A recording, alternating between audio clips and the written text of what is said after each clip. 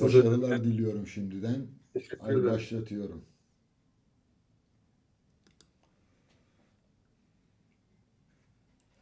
Evet, herkese iyi akşamlar. Genç bir sanatçı, genç bir entelektüelle bu akşam birlikteyiz. Bartu'yu tanıyanlar tanıyordur ama genel kitlelerin ya da burada benim e, kanalımı takip edenlerin ne kadar tanıdığını doğrusu kestiremiyorum. Fakat sizlerden gelen bildirimlerden hareketle şunu söyleyebilirim. E, Bartu'nun özellikle Türk mitoloji atlası, o mitolojisi atlası demiş ama bence kakafoni bulduğumdan daha selis bir ifadeyle 27 yaşında Türk mitoloji atlasını yazıyor ve tabii çizimleriyle onu zenginleştiriyor. Fakat kendisi sadece bir çizer değil, mitoloji konusunda büyük aşıklardan çok emek vermiş genç yaşlarından, daha genç yaşlarından itibaren. Fakat özellikle Türk Mitoloji Atlası'nın son bölümü, orada bir manifestosu var bence, büyük bir diskur. İkinci kitabı Portreler, tam adını söyleyeyim, eski Türk portreleri. Onun da girişinde bir manifesto var. Ben daha evvel ilk kitabı almış ve tabii çizimlerini merak etmiştim özellikle. Sonra tabii içeriğine bakınca bir mitoloji inşası da söz konusu. İşte bu akşam onun dolayımında biraz daha politik yanlarıyla bu mitoloji meselesini konuşacağız. Hoş geldin. Hoş bulduk hocam. Ee, istersen bunu pek yapmıyorum ama bizi takip edenlerin e, söyleyeceklerini daha iyi kavraması için biraz kendinden bahsedersen sevinirim. Tabii hocam. Öncelikle beni davet ettiğiniz için çok teşekkür ederim. Bu benim için çok büyük bir onur. Mahcup Estağfurullah. olun diye söylemiyorum ama siz benim için Türkiye'nin sayılı entelektüellerinden birisiniz. Çünkü Estağfurullah. düşünceleri adına bana kalırsa devletle ve toplumla kavga etmeyi göstermek, bu iradeyi gösterebilmek gerçek bir aydın tavır. O konuda da size 2020'lerde bu aydın tavrını gösteren birkaç insandan biri olduğunuz için özel olarak teşekkür etmek istiyorum. Böyle söyleyeyim. Ben şöyle tanıtıyorum aslında kendimi. Çalıştığım alan biraz geniş olduğu için tanımlamak zor oluyor. Ben çizgi romancı disiplinden yetiştim aslında. Ama illüstratörlük yapıyorum. İllüstrasyonlarla bezeli aslında araştırmacı yazarlık gibi bir noktaya geldi son olarak. Atlas da aslında geliştirdiğim bir formattı. Yani kendi yeteneklerimi maksimum düzeyde aktarabildiğim bir format olarak tasarlamıştım Atlas'ı. Çünkü sadece çizerlikle, sadece yazarlıkla yetinemiyordum. O yüzden ara bir form buldum aslında. Ben 2016'da Eskişehir Çizgi Film Animasyon'dan mezun oldum. İlk profesyonel işimi Ahmet Ümit'le yaptım. Ahmet Ümit'in Elveda Güzel Vatanım adlı bir romanı vardı. Onu özellikle iddiaçılarla ilgilendiğim için o dönemde ki o sırada Gezi direnişi vardı ve Topçu Kışlası çok gündemdeydi. O Topçu Kışlası'nın siyaseten ne anlama geldiğini biraz da hatırlatmak için o eseri çizgi roman olarak geliştirdim ben. Kendisiyle beraber. Kendisi çok yardımcı oldu bana bu konuda. İlk eserim öyleydi. Ondan sonra kısa bir yüksek lisans maceram var Çek Cumhuriyeti'nde Prag'da. Prag'a gittiğim sürede Türk mitolojisi hakkında artık yani başı sonu belli nitelikli eserler üretme gibi bir karar almıştım. Zaten Alphonse Buka'dan da bayağı etkilenmiştim Prag'da bu alanda. Geri dönünce önce Gesar serisine başladım. Gesar adı altında bir çizgi romanım bir de romanım var. Hemen ardından Türk mitolojisi atlasına ve eski Türk portrelerine girdim. Orada Türk mitolojisi atlasında bana kalırsa yarım kalmış bir proje olarak ifade ettiğim Türk hümanizmasından bahsediyordum.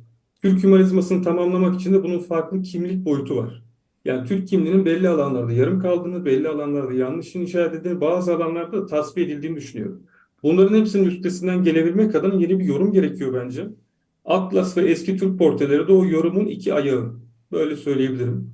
Ee, Yakın zamanda da Anadolu mitolojisi atlasını geliştirmekle uğraşıyorum. Onun hakkında hala kaynak topluyorum.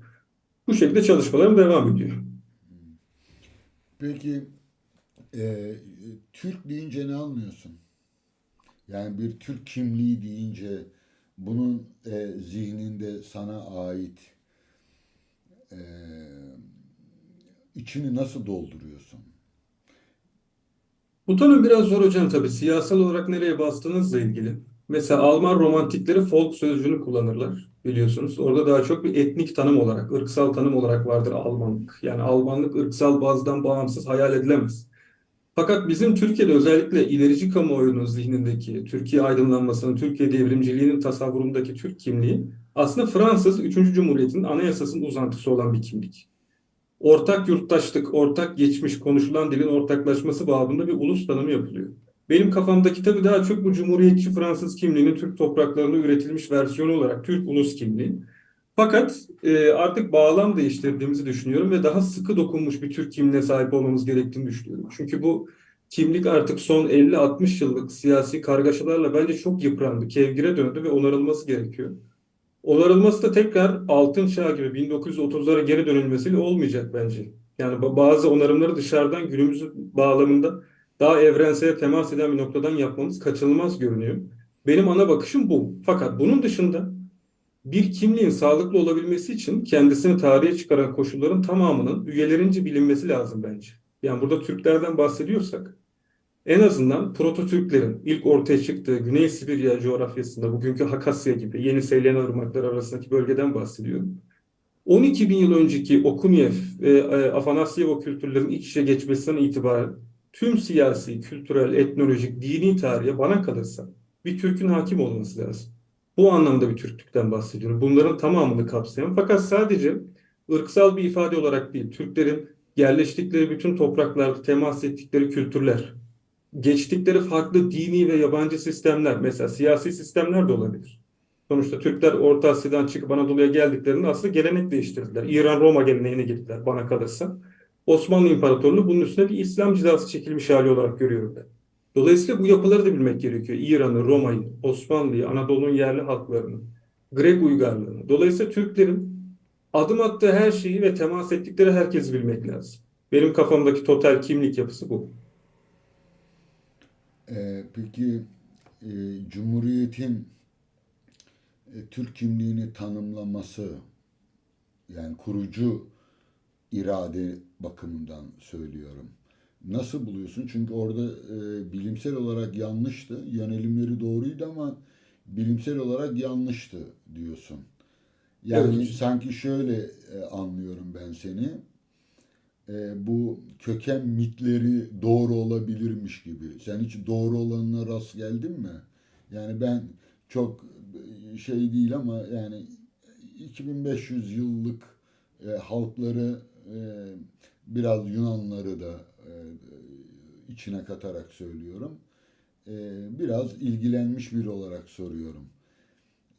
Bilimsel olarak yanlış, yönelim olarak doğru, yapmaya çalıştıkları şeyi e, Cumhuriyet devrimlerine uygun buluyorsun. Yani yönelim olarak. Ama bilimsel olarak yanıldıklarını söylüyorsun. Diyelim ki bugün çünkü bir Rönesans'tan söz ediyorsun. Yeni bir Türk kimliği e, yani tırnak içinde söylüyorum yanlışsam düzelt yaratmaktan söz ediyorsun. Yani bunun icat etmekten söz ediyorsun. Yani kimlik icat edilen bir şeydir. Mitoloji gibi, efsaneler gibi. Bu nasıl bilimsel olacak bu? Bilimsel olması gerekmiyor hocam aslında. Sadece komik duruma düşmeyecek ölçüde bilimsel referanslarının bulunması gerekiyor. Zaten kimlik rasyonel olarak taşınan bir şey değildir. Siz de kendi çalışmalarınızda çokça ifade ediyorsunuz. Kimliğin yarısından fazlası irrasyoneldir. Ben de zaten en fazla buna vurgu yapıyorum. Kimliğin sadece rasyonel biçimde tarif edilmesi onu başarılı yapmıyor. Ona eşlik eden bir takım irrasyonel sağlıklar, kurgular gerekiyor. Mesela Sorel'in şiddet üzerine olan çalışmasında açıkçası o ulusal devrimlerin coşkusunu ve başarısını o irrasyonel heyecana bağlıyor. O yüzden Bolşevik devrimleri zayıf görür mesela sınıfsal olan. Sınıfsal yönü çok güçlü olan yapılarda çok akılcılık görür. Onu da devrimin geleceği ve kimliğin oturması için problem olarak görüyorum. Dolayısıyla ben bu irrasyonelliğin kontrol edilmesini ve daha iyi biçimlendirilmesini düşünüyorum. O dönemde temel hata şu. Hata diyorum çünkü aslında dönem koşulları gereği hata değil bunlar. O dönemin bilimsel kavrayışı bu. Mesela Türkler Kemalist dönemde Eugen Pitagor'u getiriyorlar. Türk Tarih Kuramı oluşturuluyor. O dönemde şöyle bir bakış açısı var Türklerin. Şimdi yeni bir devlet kurulmuş ve kendilerine şu deniyor. Siz oranın otantik halkı değilsiniz. Siz Moğolistan'dan gelen işgalci bir ırksınız. Oraya geri gönderilmeniz lazım deniyor. O bölgede tamamen Greko-Romen ve Ermeni toplulukların ana vatanı olarak görülüyor ki bu tarihsel olarak aslında yanlış. Fakat Kemalistler şunu yapmıyorlar. Bu topraklardaki toplumlar Anadolu Bronz Çağı da bizim atalarımız diyemiyorlar. Çünkü bu bir karışıklık, melezleşme gerektiriyor ve dönemin ulusçu ruhu melezleşmeyi kabul etmiyor. Bu Fransa'da da böyle, Almanya'da da, İtalya'da da böyle. Yani Kemalistlerin ekstradan hata yaptığını ben düşünmüyorum. Dönemin Burjuva devriminin sınırları buraya doğru gidiyor. O dönemde bütün topluluklar kendi atalarını bir Adem ve Havva'dan türetmeye çalışıyorlar aslında. Bunu Fransa'da da görüyorsunuz. Mümkün olduğu mertebelerini katışıklık istemiyorlar. O dönemin antropolojik kuramların uzantısıdır. Özellikle bunu Zafer Toprak'ın Cumhuriyet ve Antropoloji kitabında mükemmel kanıtlarla beraber görebiliriz. Oradaki temel tez bence şu. Hititler gibi açıkça Aryan dili konuştuğunu bildiğimiz, mesela Luviler gibi yerel Anadolu toplumlarının aslında Türk dilli olup Orta Asya'dan gelmiş toplumlar gibi sunuyor. Problem burada aslında. Yani biz zaten Altaylı, Turanlı bir halkız. 10 bin yıldır da buradayız. Onlar da zaten Türkçe konuşuyordu gibi bir kavram ortaya attığı için aslında kendi varlığını kendince meşrulaştırıyor. Bu kısmı ben onaylıyorum sadece. Yani sonuçta bir devrim yapıyorsunuz, yeni bir toplum inşa ediyorsunuz. Anayasal yurttaşlık temelinde laikliğe doğru ilerlediğiniz bir yapı var. Bunun için beyaz yalanlar söylemenizde bir sorun yok bence. Dediğim gibi diğer Fransız devriminde bu beyaz yalanları varsayıyor zaten. Bir İngiltere'deki affedersin, araya girebilir miyim? tabii. Ee, Yani Cumhuriyet'in bu tür bir kimlik inşa etmesi ve bu yollara başvurmasının pratik gerekçelerinin ne olduğunu düşünüyorsun? Geç uluslaşma olduğunu düşünüyorum hocam. Yani aslında şunu tamamlayacaktım. Oradaki temel sorun şu. Anadolu toplumunun İç Asya'dan gelen Türklerle melezleştiğini ve zamanla modern Anadolu Türkiye etnogenezini ortaya çıkardığını söyleseydik, biz Anadolu'nun diğer kimlikleriyle de belki ortaklaşabilecektik. Bugüne kadar yaşadığımız büyük problemleri belki yaşamayacaktık. Ama neden öyle yapmadılar demek de bana çok anakronik geliyor. Çünkü Kemalizmin mensup olduğu devrimci gelenek, Jacoben devrimci gelenek. Yani Fransa'da da aynı sorun var. Mesela Oksitan ve Provençal dillerini yok sayıyorlar. Baskçayı yok sayıyorlar çok uzun bir süre. Neden? Çünkü ulusun mantığı budur. İç pazarların kırılması, pazarın birleştirilmesi, bütün toplumun aynı dili konuşması, aynı örf ve ananelere sahip olması. Bunu bir ilerleme kabul ediyoruz cumhuriyetçilik adına. Anayasallık adına. Laiklik adına bir ilerleme kabul ediyoruz. Dolayısıyla diğer topluluklarda da bunu görüyoruz. Şimdi bu Türkiye'de üretildiği zaman, Server Tanelli böyle derdi. Bana kalırsa en doğru tabirdir. Fransız devriminin Türk topraklarının üretilmiş hali. İttihat, Terakki ve Kemalist gelenek aslında. İnşa ettikleri devlet modeli ve birinci, ikinci anayasa dönemindeki bizim gördüğümüz yapı da Fransız anayasasının yansıması zaten. Dolayısıyla bunu Burjuva devriminin sınırları olarak görüyorum ben. Böyle bakmak gerekiyor bence. Öbür türlü anakronik ve problemli bir hatta doğru gidiyoruz biz. Şöyle söyleyeyim. Şimdi bu e, mavi Anadoluculuk ya da işte Nurettin Topçu Anadoluculuğu e, bağlamında da tartışılıyor da benim mesela aslında sormaya çalıştığım şey şu. E, Vatan dediğin şey icat edilen bir şey. Yani bizim diyelim ki Orta Asya'dan gelen Türklerin vatanı değil Anadolu, değil mi? Burada e, Tabii. yani ben hatta duyuruda şeyi çok sevdiğim Cem Karaca'nın bir şeyi vardır. Sevda Kuşun Kanadında adlı bir şarkısı. Çok severim onu, özel olarak da bir ders bile yapmıştım hakkında. 1000 yıllık bir halıda 1000 yıldan beri bağdaş kurmuş bir çınar gibiydi diyor. Bir ihtiyara rastlıyor filan. Bir hikaye, yani ayrı bir şey o. Şimdi bu 1000 yıllık Malazgirt sonrası burayı Türk yurdu yaptık. Şimdi Mustafa Kemal'lerin, hatta kısmen e, Enver Paşaların bu toprakları Türk toprağı haline getirmek için bir köken anlayışları var. Yani Hititlere gitmeleri ben onun bilimsel hata olarak, yani bilimsel hata olup olmamasını umursadıklarını düşünmüyorum. Bu beyaz yalan filan değil, yani düpedüz palavra, ama zaten bu böyle olur siyasal olarak. Biz burada misafir değiliz. Çünkü şeyden söz etmiyoruz. Anadolu söz konusu olduğunda Ege'yi düşün. Yani 20. yüzyılın ilk çeyreğini gözün önüne al. E, Bu toprakların bize aidiyeti nereden kaynaklanıyor? Eğer belki şey olmasaydı, yani e, milli mücadelede zayıf kalsaydı Türkiye,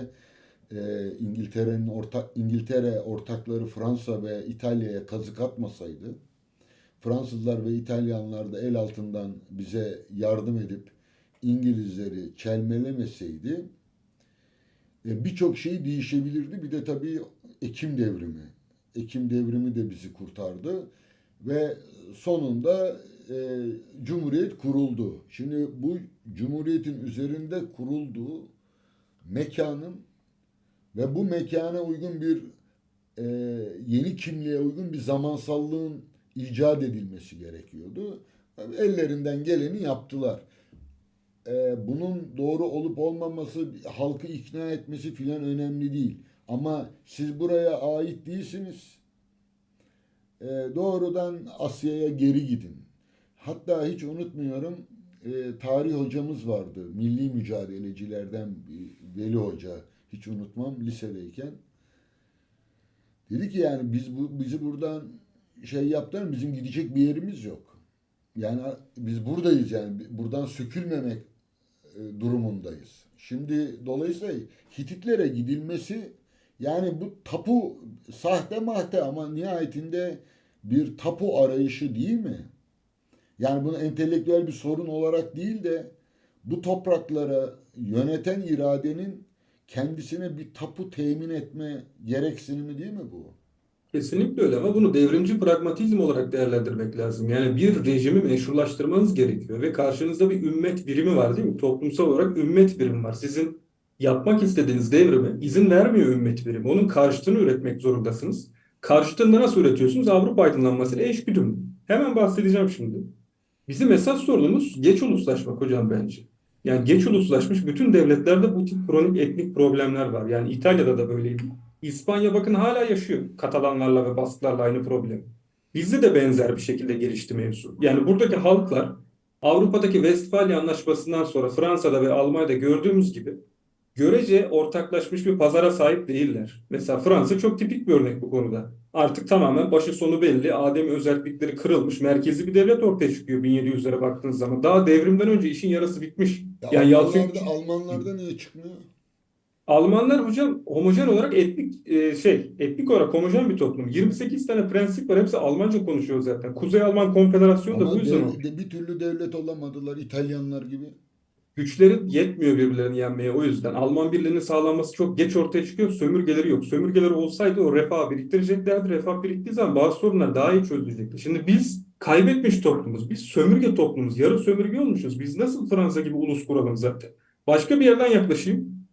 Adamlarda Sorbon var hocam. Yani sizin kurumlarınızın olması çok ciddi etki ediyor bana kalırsa. Mesela Petersburg Akademisi gibi bir kurumunuz varsa Rusya'da sizin sanat alanında çok büyük felaketlere girmeniz mümkün değil. Aynı şekilde Fransa'da Sorbon gibi akademik alanda çok fazla problem yaşamanız mümkün değil. İngiltere'deki Doğu Hindistan Ticaret Örgütü, aynı zamanda Hollanda gibi bu toplulukların denizci olmaması, birden fazla dil öğrenmemeleri, oryantalist eğilimler geliştirmemeleri mümkün mü? Yani biz bir taraftan bakıyoruz, evet, sömürgeciliği lanetliyoruz, emperyalizme karşıyız falan filan. Böyle bir retoriğimiz var. Ama sadece bazı karşılaştırmalı ülken arkadaşlarımız şu hakkı teslim eder. Napolyon olmasaydı Egiptoloji diye bir kürsü olmayacaktı. Biz gerçekten Mısır bilimi üstüne bir şey yapamayacaktık. İngilizler olmasaydı bu bölgelerdeki arkeoloji çalışmaları olmayacaktı. Bütün buradaki topluluklar üstüne daha yoğun anlamda akademik çalışmalar yapılmayacaktı. Çünkü bölgenin halkları bunun umurunda değildi. Bu tamamen kurumsallaşmayla ilgili. Sizin kurumsallaşmanıza bakalım. Tamamen askeri araçlarla gerçekleşiyor. Yani batıdaki burjuva devrimler gibi daha iç toplumsal çekişmelerden ziyade Batı ile yarışabilecek modern toplum üretmeye çalışıyorsunuz siz. Bu anlamda çok büyük bir fark var. Mesela Hollanda, bu 100 yıl savaşları, 30 yıl savaşlarına baktığınız zaman Hollanda'da gerçek anlamda bugünkü Hollanda toplumunun ulusal birliğin neyin üstüne oturduğunu görüyorsunuz ve o Yahudi Protestan ittifakına dayanıyor. Çok enteresan mesela. Bizim toplumumuzda hiç merak edilmez. Hollanda neden bu noktaya geliyor? Bugün neden herhangi bir kimlik bunalımı yaşanmıyor? Ama özellikle Türkiye 3. Selim ve 2. Mahmut döneminde, Rusya'da da Petro döneminde devlet eliyle bir modernizasyon gerçekleşiyor. Yani bizim ilk üniversitemiz Mühendishane-i Barbi İTÜ'ydü galiba. Yanlışsam düzeltin. İTÜ'nün kuruluşunun arkasında bizim Çeşme bozgunumuz var ya. Yani donanmamızın Ruslar tarafından darmadağın edilmesi, Cezayirli Gazi Hasan Paşa'nın rezil olması ve doğrudan padişah yanına gidip bir kurum kurmanın gereğinden bahsetmesi ve buradaki hocaların gayrimüslim olmasını istemesi. Ya bu bile çok olağanüstü bir yenilmişlik haline sebep oluyor. Şimdi burada adamların 500 yılda yaptığını siz 150 yılda yapmak zorunda kalıyorsunuz. Dolayısıyla beyaz yalanlar sizin en büyük bana kalırsa şeyiniz, cephaneliğiniz, yapacak bir şey yok. Ek olarak şunu da belirtmek isterim. Bugün Fransız toplumunun görece sağlıklı bir kimliğe sahip olmasında Fransa tarihinin tüm katmanlarının kabullenilmesi ve bilince çıkartılmasını görüyorum ben. Mesela Fransa'da ilk yerleşimciler Keltler aslında. Şimdi Fransa'ya baktığınız zaman eğitim sisteminde Keltlerden de bahseder, Romalılardan da bahseder. Daha sonra gelen bizim Aleman olarak bildiğimiz Alemani topluluğunda, Frank topluluklarından, bu tip Cermen topluluklarından da bahseder ve üçünü birden bilince çıkardığını görürsünüz. Yani orada birini seçip ikisini reddetmez. Mesela normalde Fransızca Kelt fonetiğine göre çekilmiş bir Latincedir. Başka bir şey değildir aslında. Kendi dillerini bile konuşmadılar Franklar geldikten sonra. Almanca konuşmuyorlardı. Ya ama bugün geldiğimiz noktada bunların tamamını kapsayan bir Fransız kimliği görüyoruz. Aynı zamanda İngiltere'de değil mi? Yani bir taraftan Keltler var, bir taraftan Anglo-Saksonlar var ve bunlar uzun süre savaşmışlar. Kral Arthur destanlarına kadar yansımış bu mevzu. Bir taraftan Roma mirası var. Trajan duvarının altına kadar, pardon Hadrian duvarının altındaki bölge olduğu gibi Roma kültürel bölgesi aslında. Şimdi bugünkü İngiltere'ye bakıyorsunuz. Kelt mirasını sahipleniyor. Anglo-Sakson mirasını sahipleniyor. Roma mirasını sahipleniyor. Üstüne Anglo-Sakson kültür dairesi oluşturuyor. Ya bunlar bunu yapabiliyorlar, biz yapamıyoruz. Bana kalırsa en büyük problemimiz bu. Ama Yani Türkiye. bu karşılaştırmalar biraz problematik gibi görünüyor. Sorunlu. E, Yani devletleri e, böyle mesela Almanları ve İtalyanları örnek verdim kasten. Çünkü ulus olmaları Alman ulusu vardı ama bir Alman devleti yoktu. Fakat bir Osmanlı devleti vardı veya bir Türk devleti ama ulusu yoktu. Şimdi dolayısıyla bunlarla mukayese etme, onların tarihsel olarak oluşum süreçlerini göz ardı etmek. Çünkü akıl yürütürken bir şey fark ettim. Yani Sorbon'dan aldıktan sonrası için söylüyorum. Şimdi bu kurumların oluşması, bu kurumların işlevi sondan başa doğru yorumlanmamalı. Yani bu kurumlar nasıl ortaya çıktı, nasıl gelişti ve ne zaman Fransız ulusunun, çünkü yani şunu düşünmek lazım. Niçin Almanya Protestan oldu? Yani Luther niye Almandı? Niye İtalya Katolikliği terk edemedi ama İngiltere terk etti, İskandinavlar terk etti? Şimdi bu önemli. İkincisi Alman ulusu vardı. Yani Alman kimliği vardı. Ama devleti yoktu. Şimdi buna karşın Hollanda'nın sömürgeleri var. Yani Hitler 3 günde Hollanda'ya girdi biliyorsun. Ben aydınlanmayı Amsterdam'dan başlatırım. Yani John Locke da oradaydı. Descartes da Spinoza da. Şimdi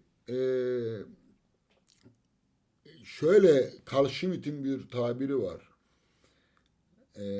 Almanya Hollanda'yı denize itti.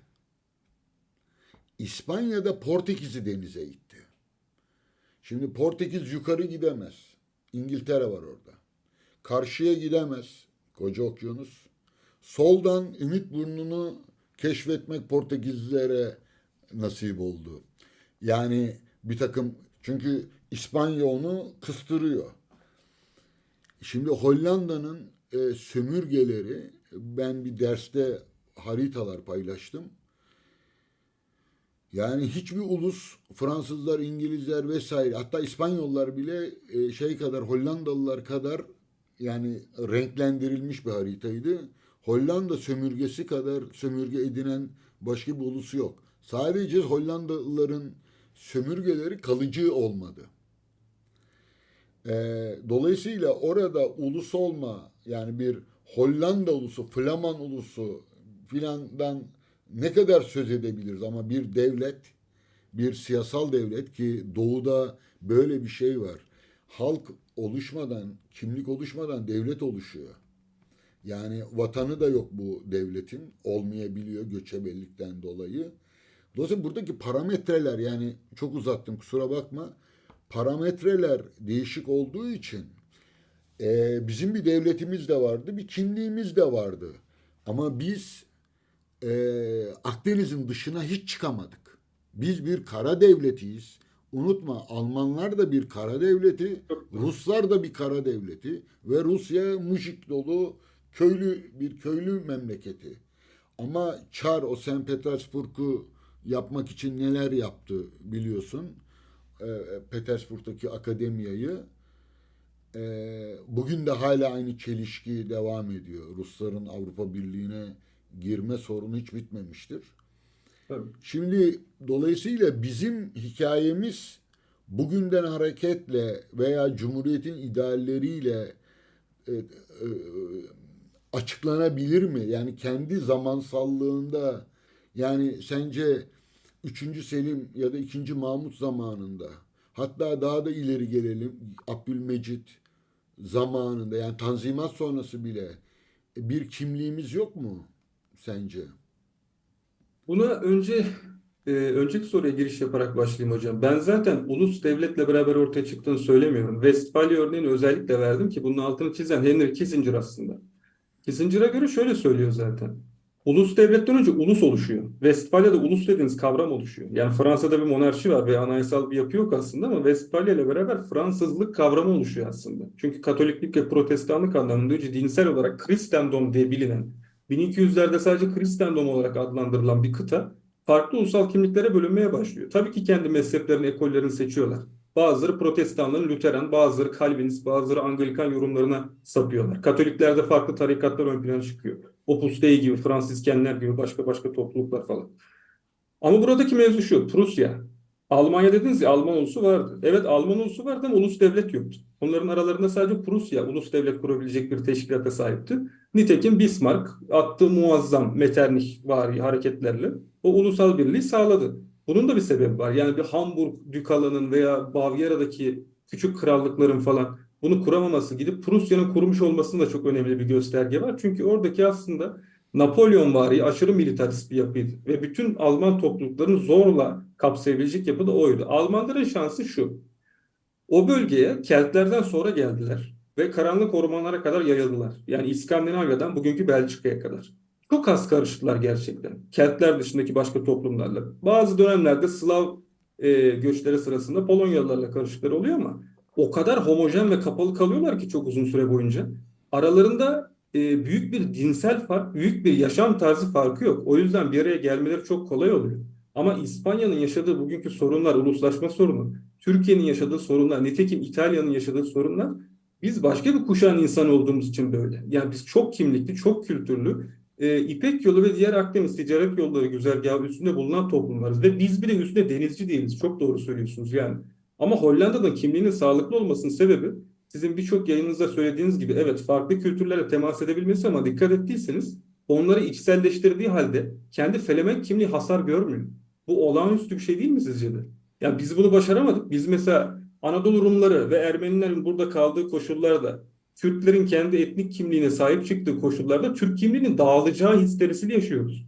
Sizce bu ikisi aynı mı mesela? Şimdi Bana kalırsa çok farklı bir kimlik algısı var. şimdi şöyle birçok eee, ekonomik, tarihsel nedenler var. Yani yeni dünyanın keşfinde bizim haberimiz bile yoktu. Yani gemilerle dünya yeniden kıtalar keşfediliyordu. Bizde Piri Reis falan edebiyatları vardır ama onu halka bırakıyorum. Halk popülist tarihçilerin işi o. Haberimiz yoktu. Yani biraz haberdar olduğum bir alan olduğu için söylüyorum. O dönemleri biraz çalıştığım için. Ee, Dolayısıyla Osmanlı'nın e, ulus kelimesini e, Türkçe'ye çevirmeyi tam anlamıyla bile beceremedi. Bakın bugün mesela Türk ulusundan evvel Türk nesi diyorduk? Türk milleti diyoruz değil mi? Mustafa Kemal Türk ulusu demiyordu. Türk milleti diyordu. Millet kelimesi nereden çevrildi? İbranice'de. Hayır, İbranice söz hayır. etrafında toplananlar demektir Hayır, millet. affedersin. Türk milletindeki millet Türk'ün yanına nasıl ilişti? Türk milleti Bak, olmaz. evet. Çünkü İslam milleti olur. Türk milleti olmaz. Milleti İbrahim olur. Nasyon kelimesi Fransızcadan, yani nation İngilizce, nasyon kelimesi Fransızcadan Türkçe'ye çevrileceği zaman dinden bağımsız bir ulusu bizimkiler kavrayamazdı doğal olarak. Ve ona en uygun kavim de demediler. Yani Türk kavmi böyle bir şey olmaz. Öyle bir şekilde çevirmeliydiler ki Türk milleti dediler. Aslında Müslüman milletiydi o. Ama onu Türk milleti yaptılar. Şimdi burada dünya görüşü farklılığı var. Tarihsel farklılıklar filan var. Ama ben şöyle sorayım sana. Çünkü biz tarihi konulara girdiğimizde izleyiciler belki takip etmekte şey yapabilirler. Keyifsiz görebilirler o ayrıntıları doğal Evet. olarak. Ben biraz daha merkeze gelelim istiyorum. Şimdi kimlik deyince senin zihninde din, bu kimliğin, mesela Türk dediğinde bu Türk'ün bir dini var mı? Bak şöyle sormadım. Ya Mustafa Kemal'e göre var mıydı? Ya da Cumhuriyeti kuranların kafasında Türk dendiğinde bu Türk ulusunun bir dini var mıydı yok muydu konusuna girmiyorum. Ben epey kitap yayınladım o yıllarla ilgili. Senin kafanda, zihninde bu kimlikte din nerede? Şimdi konjonktürel Yani şöyle konuşmada elediğiniz affedersin, hocam. affedersin. Evet. Daha evvel aklıma geldi ama yaşlılık unutuyorum. %99'u Türk ve Müslüman diye Demirel'in söylediği bir laf vardır biliyorsun. Evet. Şimdi ben demin şeyi soracaktım sana, laf karıştı. %99 Türk Müslüman, Türk ve Müslüman deniyor. Türk ve Müslüman olmayanlar %1'e düşüyor. Senin zihninde Türkler bu ülkede yüzde kaç? Ben o %99'un dışındayım hocam zaten. O sınıflamaya bakarsanız ben Müslüman değilim. Açıkça söylüyorum. Bunu da zaten gizlemiyorum da. Ama Dolayısıyla kültürel olarak Müslümansın. Öyle bakarsak hocam Müslümanlar da kültürel paganlar oluyor. Yani bu sıralamayı nereye çektiğinizle alakalı, önceliği nereye koyduğunuzla alakalı. Bu Aziz Nesin'in de çok başvurduğu bir safsataydı bence bu. Bunu ben hiç katılmıyorum. Türk aydınında böyle geri basmaya teşne bir taraf var. Mesela İslam'ı eleştirecek diyelim veya İslam inancını. Bundan çekiniyor. Şimdi çok fazla tepki almak istemediği için de halkı önden biraz yumuşatmaya çalışıyor. Öyle olunca diyor ki ya ben de kültürel Müslümanım aslında. Bu bana çok şey geliyor Ama ya. Çok geri basmaya Aziz teşne bir Nesin taraf. böyle demedi bildiğim kadarıyla. Ben kültürel Müslüman muhabbeti yaptığını hatırlıyorum Aziz Nesin'in yanlış Yani ben hatırlamıyorsam. onu söyleyen bir tek isim hatırlıyorum. Cengiz Çandar demişti onu. E, Diyebilir. Yakışır. O zamanlar. Ben hafızlık yaptım, Kur'an okudum filan. Yani Aziz Nesin aileden aldıklarını filan söylüyordu.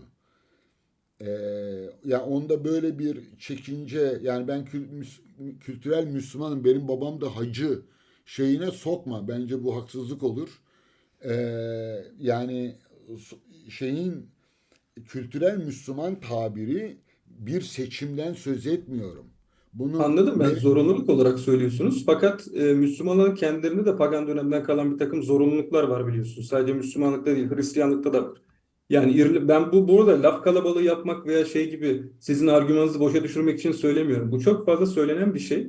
Fakat tarihsel ilerleme bir noktada durduruluyor. Yani İslam ortaya çıkıyor. Sonrasında ateist olan herkes kültürel Müslüman olarak kabul ediliyor veya başka inançlara mensup olan. Ama Müslümanların ne kadar kültürel pagan oldukları tartışılmıyor. Çünkü bizde bir Şimdi Tom Holland gibi, Ernst Renan gibi kişiler yok. şöyle düzeltelim. Yani Müslümanlık meselesini bir inanç olarak tanımlamıyorum. Yani her İtalyan, yani İtalyan sosyalistleri, komünistleri dahil olmak üzere Katoliktir yani ruhen. İtalyan resmi, İtalyan filmi, İtalyan sanatı. Yani buradaki Katoliklik eee, bir dini inanç vesaire olarak tanımlamıyorum. Yani o coğrafyada başka bir din, başka bir mezhep de çıksa Katolikliği mümkün kılan temel parametreler hepsinde bulunabilir.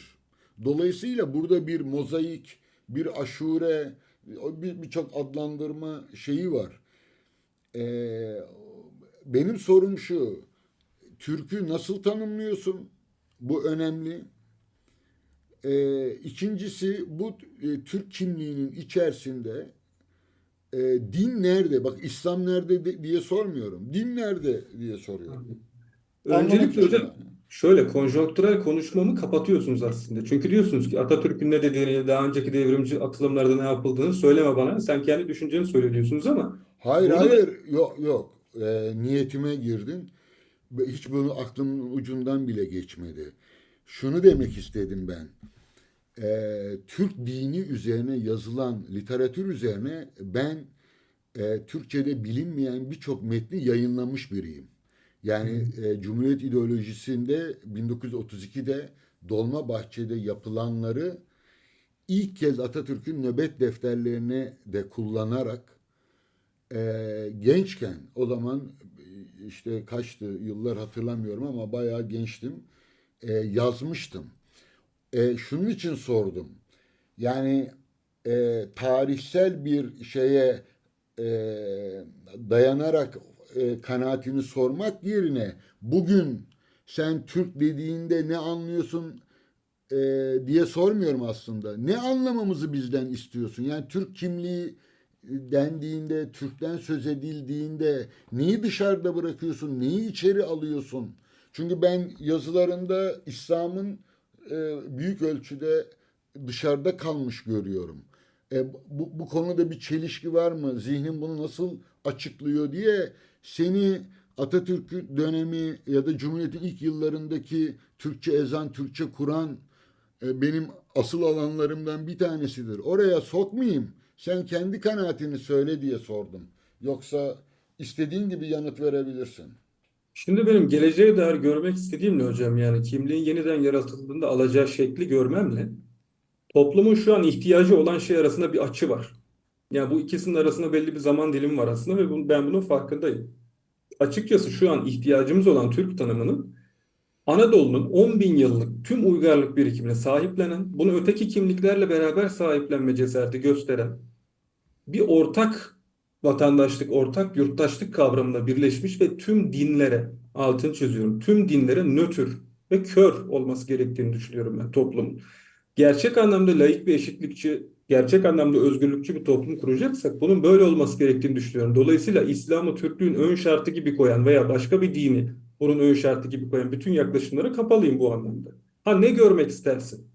Çünkü benim bazı başka ideallerim de var. Mesela dediğim ya daha sıkı örülmüş bir Türk kimliği istiyorum ben. Ne Şimdi kastediyorsun? bunu neye kastedersiniz? Mesela çok bariz bir örnek vereyim size.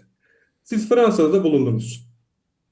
Siz Fransızların Fransız kimliğini bol keseden dağıttığını gördünüz mü? Yani her karşı çıkan insana, her dışarıdan gelen insan sen de Fransızsın ya, sen de Fransızsın, sen de Fransız ol dediğini gördünüz mü? Evet. Böyle bir yapıyor kıskançlıkla Ya şey. ya ya. Tamam, o zaman Bir de referanslarımız farklı. hayır objektif şeylerden konuşuyoruz. Referans değil yani sadece kendi deneyimlerime dayanmıyorum. Belki sen de bana katılabilirsin. E, Fransızcayı iyi konuşan, Fransız kültüründen nasiplenmiş herkesi Fransızlar bağırlarına basarlar. Onlar da kendi aralarında e, tek tip değiller. Ama şunu söylediğimde zannediyorum ki sen de kabul edersin. Bir Fransız milliyetçiliği, bir Fransızlık dediğimiz şey Almanlıktan farklı olarak ırka değil, kültüre dayanır. Doğru. Dolayısıyla Senegalliler her ne kadar bunun siyasal uygulamalarında bir sürü numaralar çevriliyor. Cezayir örneğini filan biliyoruz ama söylediğin için söylüyorum. Fransızlar için Senegalliler Fransız kabul edilir. Fransızcayı düzgün konuşuyor ve bir Fransız gibi yaşıyorsa. Ben bunun tam aksi yönde uygulamalarla karşılaştım hocam. Sadece Fransa özelinde değil. Yani Fransa'da gittim. Tabii ki sizin kadar uzun süre geçirmedim. Fakat entelektüel anlamda kendi aralarındaki tartışmalarda da Fransız kimliğinin ne kadar geniş olması gerektiği hakkında bir fikir birliği görmedim. Fakat oraya doktora için giden Türkler de bunu çok fazla söylüyorlar. Ana dili gibi Fransızca konuşan bir adama bile, ki kendisi bir hocadır, şimdi adını vermeyeceğim doğrudan. Ya sen Fransız değilsin ve hiçbir zaman olmayacaksın diye açıkça söylendiğini biliyorum. Başka insanlara da bak. Bunların bir tanesi Sen Benoît çıkıştı. Daha sağlam bir Fransız kültür tedrisatından geçemez zaten. Fakat bence orada bir koruma var. Orada o kimliği değerli gördükleri için belli noktalarda kapattıkları alanlar var. Ben bunun değerli olduğunu düşünüyorum. Başka bir yerden kuracağım söylemi. Fransa konusunda uzlaşamadığımız için. Yahudi kimliği bence bu anlamda muazzam bir kimliktir. İsrail'in kuruluşu. Bizim ülkede pek tanınmaz. Bizim ülkede sadece Filistin tanırlar. Yani sağı da solu da sadece Filistin tanır ve onu konuşur. Aslında sağ ve sol Siyonistlerin ortaklığından kurulan bir devlet olduğunu, bunun kibutslar gibi temeli olduğunu, Aliyalarla, birinci, ikinci Aliye gibi yapılarla oraya göç olduğunu. Bunları biz pek bilmeyiz. Yani Ben Gurion'u, Moşe Dayan'ı falan da bilmeyiz yani Türkiye'de. Biz farklı bir yerden konuşuyoruz. Fakat orada şöyle bir şey gördüm. Theodor Herzl'in Siyonizm Kongresi'nde ifade ettiği şeyle İsrail'in kuruluşunda bir gurur var, bir kıskançlık var o kimlikte. Mesela iki örnek vereceğim. Şöyle bir Yahudi kimliği düşünebilir miyiz? Museviliği içermiyor. Şu an İsrail'de biliyorsunuz bununla ilgili büyük çatışmalar var. Bir tarafta benim gerici olarak kodlayacağım, ilerici olarak kodlayacağım yapılar var ama bugün bunu sadece muhafazakar, daha ulus yanlısı ve daha ümmet yanlısı olarak tarif edebileceğim gruplar var aslında. Fakat uzlaştıkları şey şu aslında o noktada. Yahudiliğin tarihsel kültürü olmadan Yahudi kimliği oluşmuyor. Mesela Makabya isyanı olmayan bir Yahudilik düşünebilir miyiz biz ya? Yani Seleukoslar döneminde Yahudilerin büyük bir kısmı Grekleşmeye başlıyorlar. Grek doğrudan şeylerine giriyorlar yani. Kültürel anlamda Grekçe konuşmaya başlıyorlar. Çocuklarına Grek adları veriyorlar ve en önemlisi sünnet olmayı bırakıyorlar.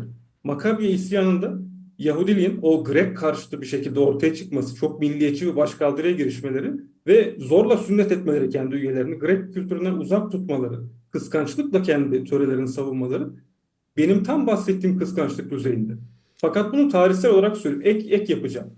Aynı masada olayını biliyorsunuz hocam zaten. Aynı masada katliam.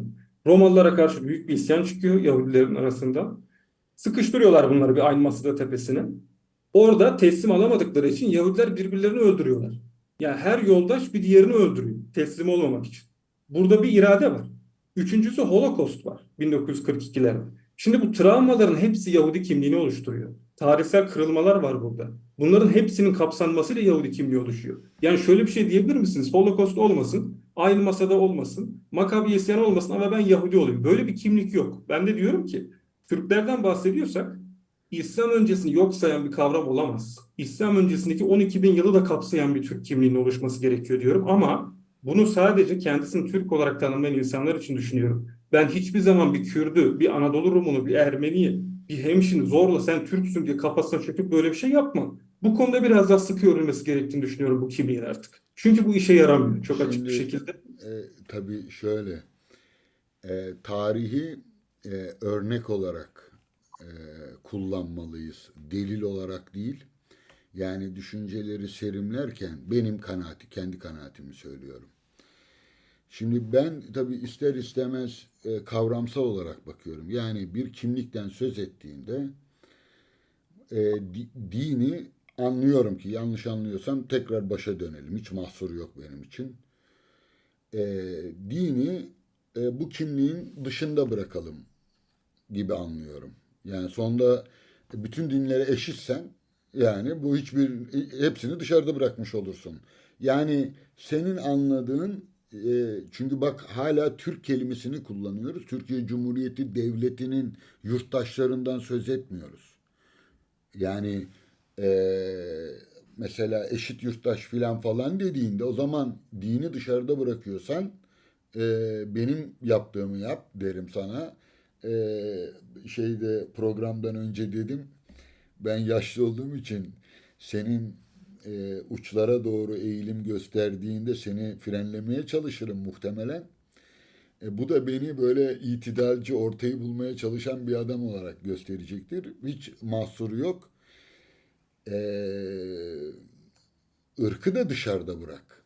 Yani yurttaşlık o zaman Türk kelimesini kullanmamıza gerek kalmaz. Yani Türk İslam derken yani ben kavramsal olarak bu tartışmanın, konuşmanın gideceği yerleri biraz öngörebildiğim için baştan o yüzden sana açıkça soruyorum. Diyorum ki din bunun dışında mı? Değilse İslam bunun neresinde? E, çok dinli, çok ırklı dediğinde aslında bu bir anlamda negasyondur. Yani ırkı da dini de yadsıman gerekiyor. Dolayısıyla normal bir ülkenin e, yurttaşlık anayasaya bağlı yurttaşlık tanımını yapman lazım. O zaman da bu Türk kelimesi Orta Asyalar işte 10 bin yıllar filan bunlar edebiyata döner.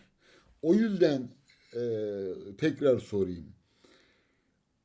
Kimlik dediğin şeyin içerisinde ister yani benim e, anlamak istediğim yer burası. Dinin yeri, ırkın yeri. Dolayısıyla sen bana bunu söylediğinde soracağım. Irktan ne anlıyorsun, dinden ne anlıyorsun? Yani bunu Türk'ü esas alıp bunun içine ne kadar din koyayım diye mi düşünüyorsun? Bütün diğer şeyler ne e, din mensuplarının tamamını eşit olarak mı koyacaksın? Bu eşitliği nereden elde edeceksin? Yani Fransızlar protestanlığı bile kabullenmediler. Eğer din ve ırk diyorum, bak Türk de demiyorum, İslam da demiyorum. Ondan sonra şunu sorabiliriz. Kendisini büyük ölçüde Türk ve Müslüman gören bir halka rağmen böyle bir kimlik oluşturmanın zorluklarını ya da düşüncelerini sorabilirim. Bilmiyorum ifade edebildim mi?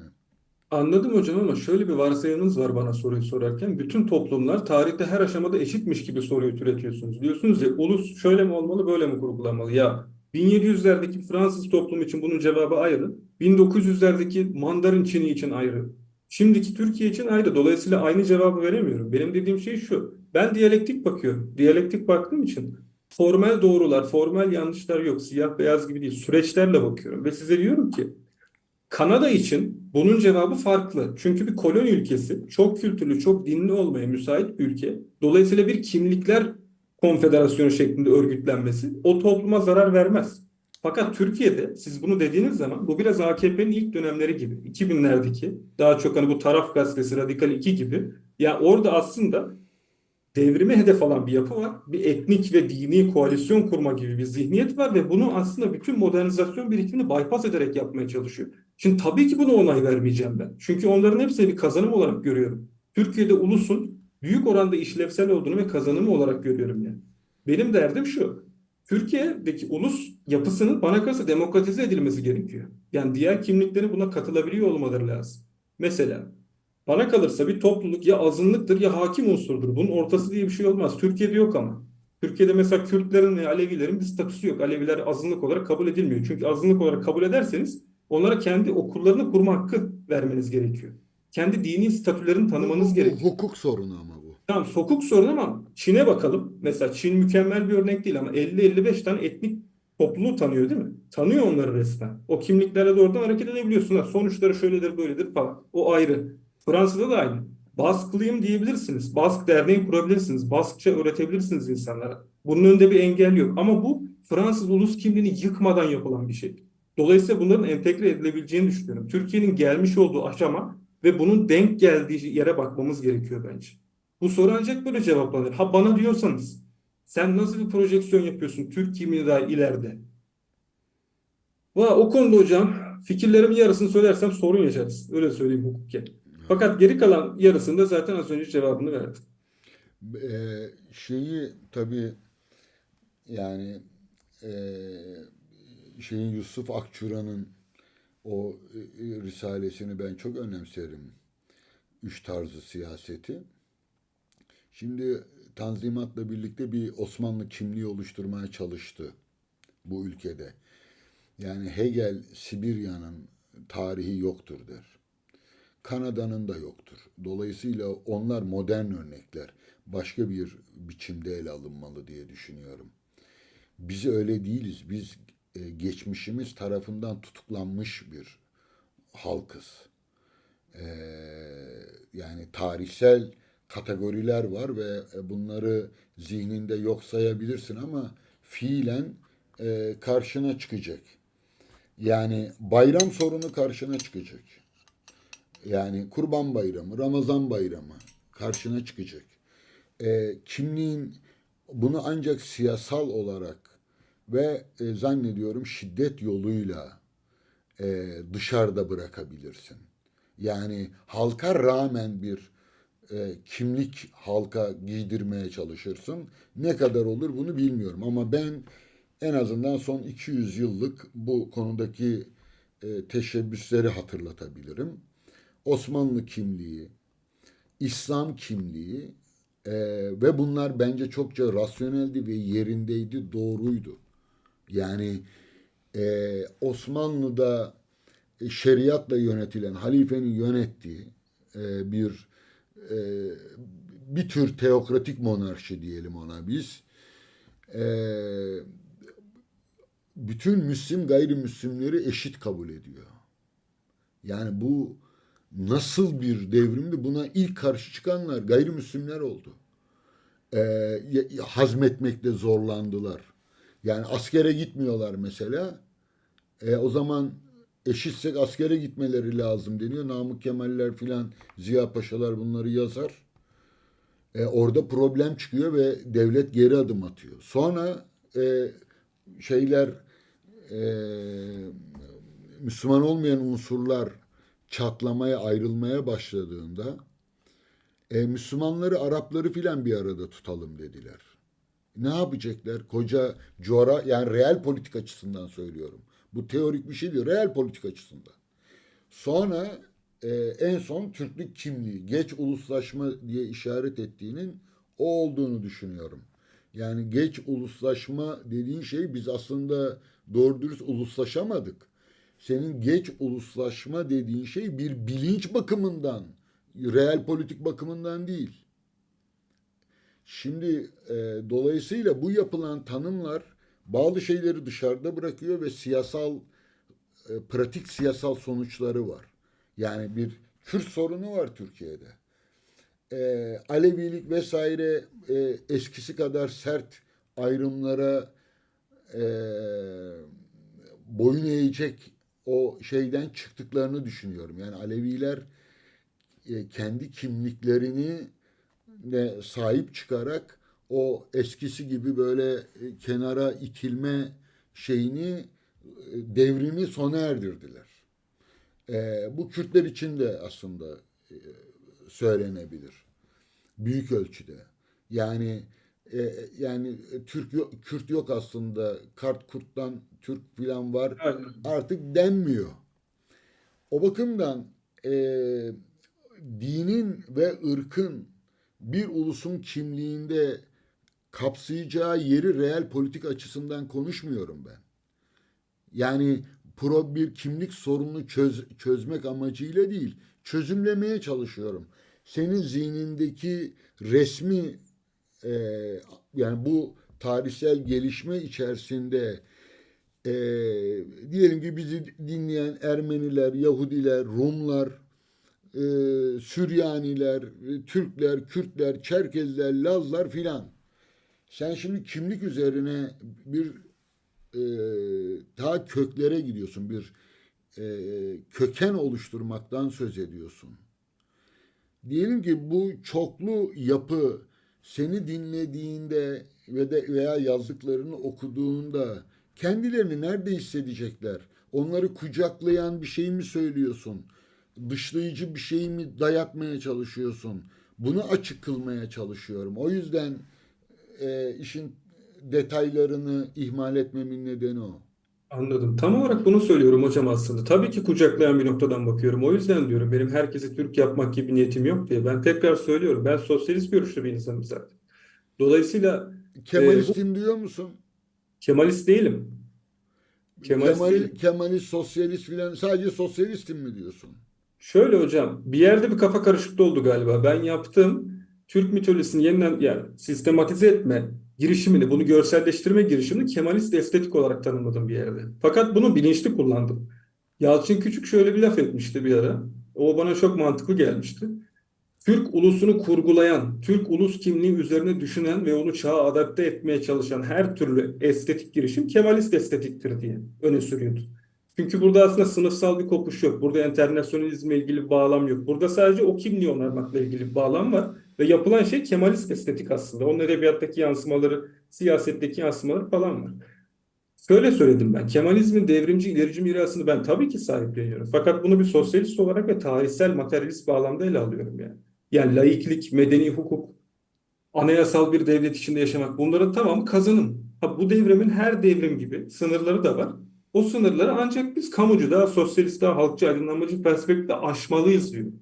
Normalde 70'lerde zaten gayet böyleydi. Fakat bana kalırsa 80'lerde Kürt hareketinin yükselişiyle beraber bir kafa karışıklığı ve aşağılık kompleksi oluştu Türkiye solunda. Tabii buradaki en büyük olay Kenan Evren, Memduh Tamaç ve Tahsin Şahinkaya üçlüsünün imza attıkları olaylar ve devamında gelen bir takım travmalardı. Solun bütün deneyimli militanlarını, bütün düşünce kapasitesini yitirmiş olması, bu insanların yarısının öldürülmüş, yarısının kaçmış olması, alanı olduğu gibi çarpışan etnik milliyetçiliklere bıraktı bence. Yani hem bir tarafta ülkücüler, Türk milliyetçisi olan grup, bir tarafta giderek daha da etnik milliyetçi tonlara doğru kayan Kürt siyaseti. O noktada bir allak bullak oldu Türkiye sonu. Ben oranın toparlanması gerektiğini düşünüyorum. Dolayısıyla bizim kimlik algımız da, daha doğrusu kendi fikirlerimi söyleyeyim. Tabii ki Türkiye'deki diğer öteki kimlikleri kapsayan, onları kendi otantik kimlikleriyle yönetime dahil etmeyi düşünen bir düşünce. En azından kendi kimliklerini ifade etmelerinde ve kendi dillerini konuşmalarında bana kalırsa bir engel bulunmamalı.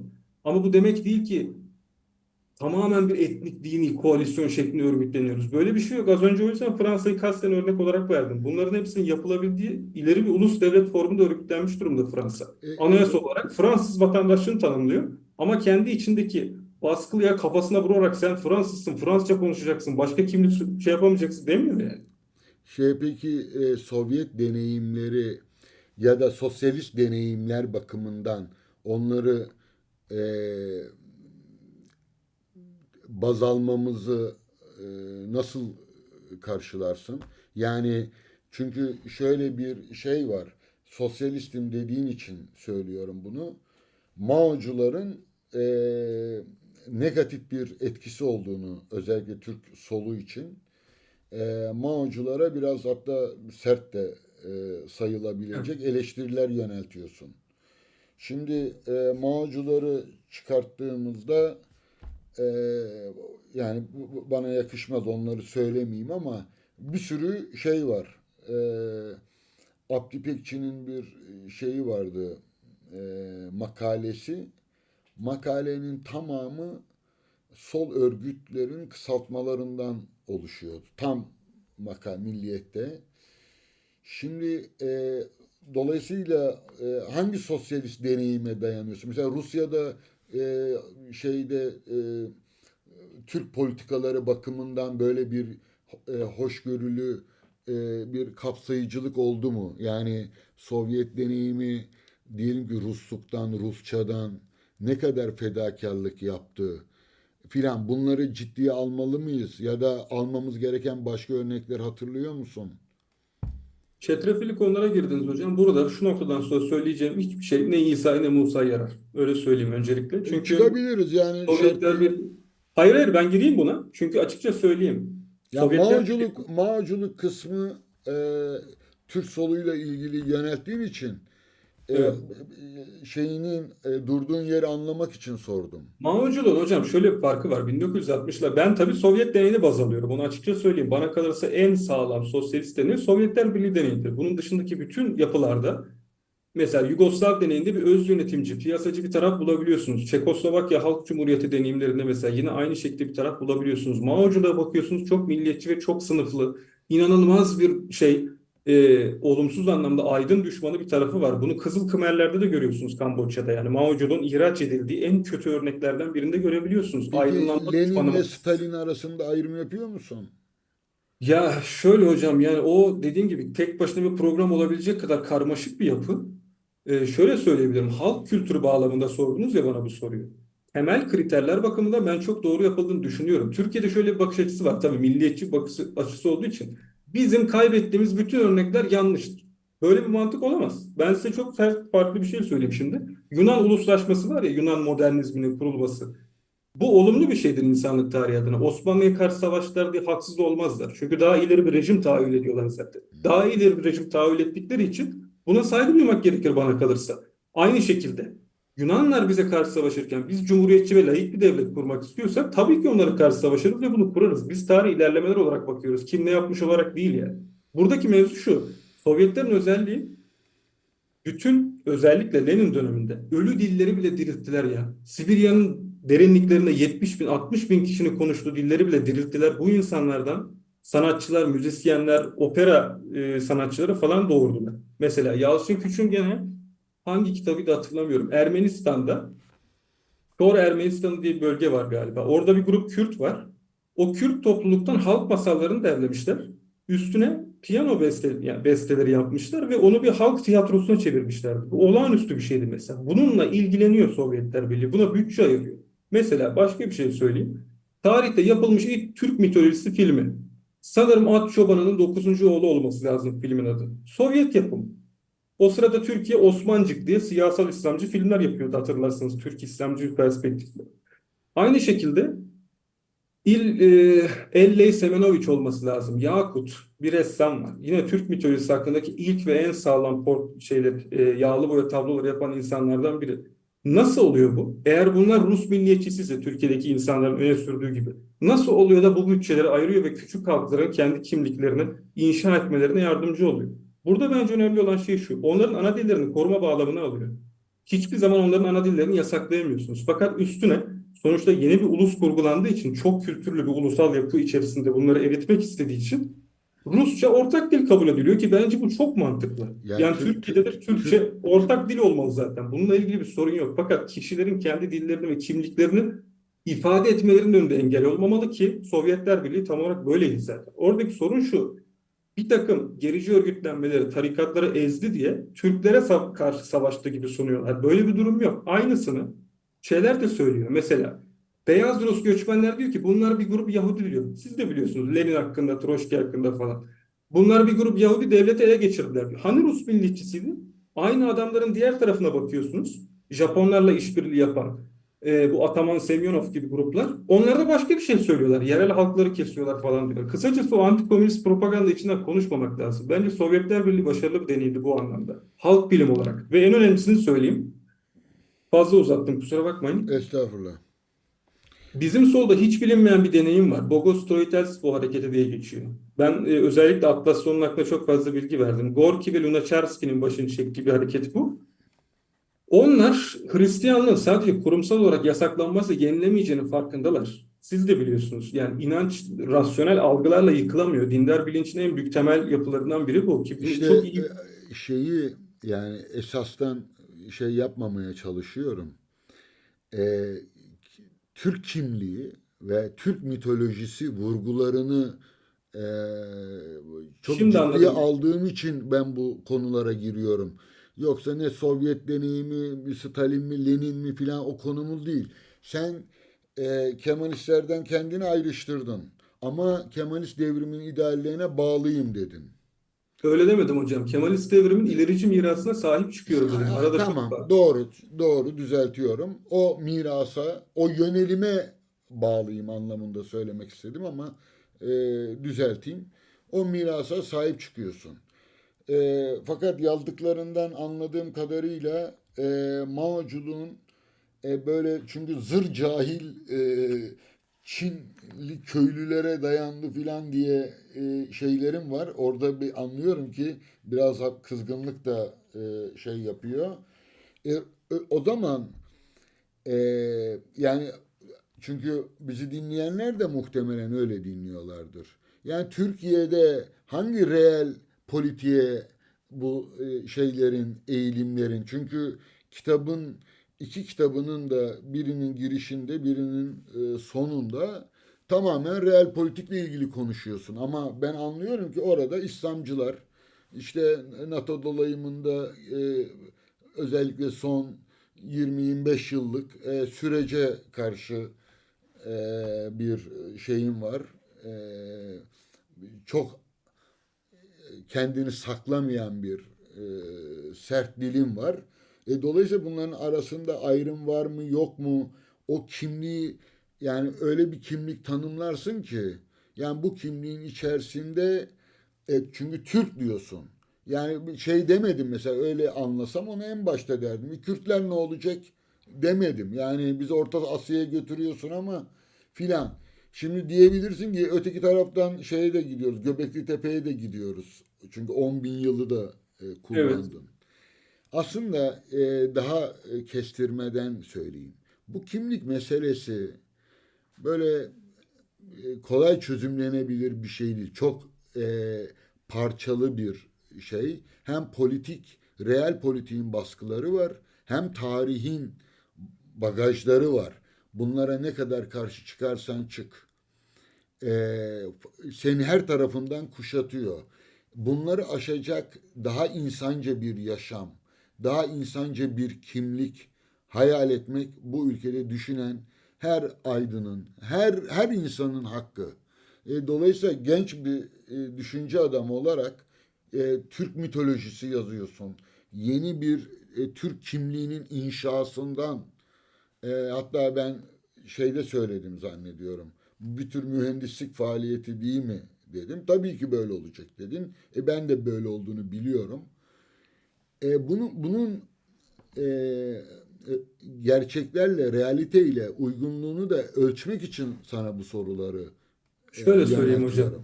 Anladım demek istediniz. Aslında bunun manevi yönünü benden kerpetenle almaya çalışıyorsunuz fark ettiğim kadarıyla. Onu da söyleyeyim. Şöyle söyleyeyim size. 1990'lardan beri bütün dünyada aslında bir pagan rönesansı yaşanıyor.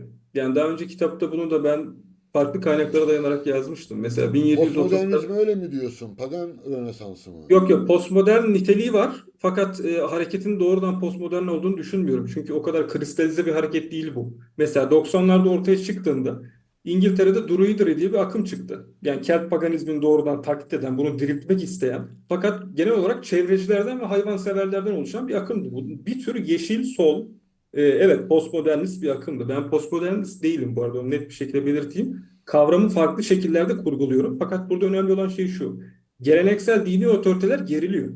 Yerine konacak bir şey bulamıyor ve bu kriz yüzünden neopagan hareketler ortaya çıkıyor. Mesela siz Türkiye'de deistlerle çok fazla uğraşıyorsunuz.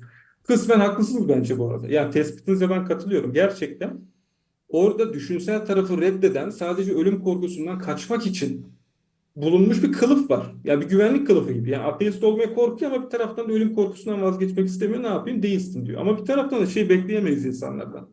Oturup da Lange'ın Materyalizmin Tarihi kitabını baştan sona okuyarak materyalist olmasını falan beklemek biraz haksızlık etmek gibi geliyor bana insanların. O yüzden şeyleri ciddiye almak lazım. Rusya'da mesela Rodnoveri hareketi var. Slav paganizmini yeniden diriltiyorlar şu an ve devlet bunu tanıyor. İşin önemli tarafı bu. Rusya doğrudan Rodnoveri hareketini tanıyor. Almanya ve İskandinav ülkelerine bakıyorsunuz. İskandinav paganizmini diriltiyorlar. Asatru adı altında. Türkiye'ye bakıyorsunuz, kendine Tengrici diyen gruplar var. Mesela yakın zamanda Burhanettin Mumcuoğlu kendi kimlik hanesinde Tengrici yazdı. Bunlar size belki fazla çocuksu, fazla toy geliyor olabilir. Fakat erken dönemde Roma'da Hristiyanlık da böyle başladı. Yani küçük ve seçkin zümrelerin taşıdığı bir kimlik altyapısı olarak geliyor. Devlet bunlara religio değil, süperstitio olarak bakıyor. Yani batıl inanç olarak görüyor Roma İmparatorluğu resmi olarak. Fakat kritik bir noktada, toplumsal kriz anlarında siyasetle doğrudan temas ederse hızla kitleselleştirip toplum niteliğini değiştirebiliyorlar. O noktada reçete gibi çalışıyor bunlar yani. Neopagan reçeteler gibi toplumu değiştirmek adına. Ben şöyle diyorum sadece. Müslüman olmayan Türklerin kendi maneviyatlarını inşa etmeleri gerekiyor. Bunu yapmaları ateist olmalarına engel değil. Bu kültürel bir yaşam tarzı olarak da devam edebilir. Bunu demeye çalışıyorum. Bu tabii detaylandırılabilir. Nereden başlayacaksınız? O noktada diyorum ki Türklerin 12 bin yıllık tüm tarihini incelemek gerekiyor. Mümkünse Türk Budizmini, mümkünse Türk şamanizmini, bunların tamamını, Maniciliği de incelemek gerekiyor ve bunların üstünden ilham olarak kullanabilecekleri bir yapı yaratmak lazım. Nietzsche'nin tabirleriyle daha çok. Nietzsche'yi biliyorsunuz, kendisi aslında herhangi bir dini inancı yok. Fakat o irrasyonel coşkuyu yaşamak istiyor. Güç istencinin temeli olarak görüyorum ve toplumu aslında daha ileriye itecek sanatsal ve siyasi bir güç haline gelebileceğini düşünüyor bunu. Ben de benzer bir görüşe sahibim bu konuda. Peki eee, bir sosyalist olarak yani böyle sadece düşünsel olarak değil ama siyasal pratikle de şeyin var, bağım var. Yani söylediğin sözlerin toplumsal karşılığını da hesap etmek gibi bir yükümlülüğüm var.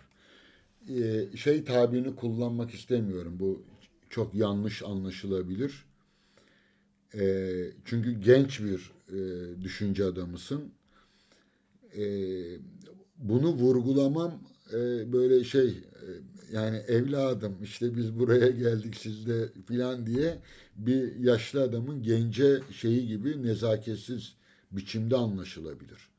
Ama ben kendi pozisyonumla ilgili senin de çok iyi bildiğini biliyorum.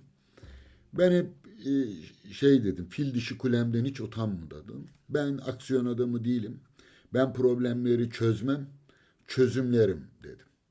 Yani yaptığım iş nihayetinde tam anlamıyla tırnak içerisinde zihinsel ve entelektüel bir faaliyet.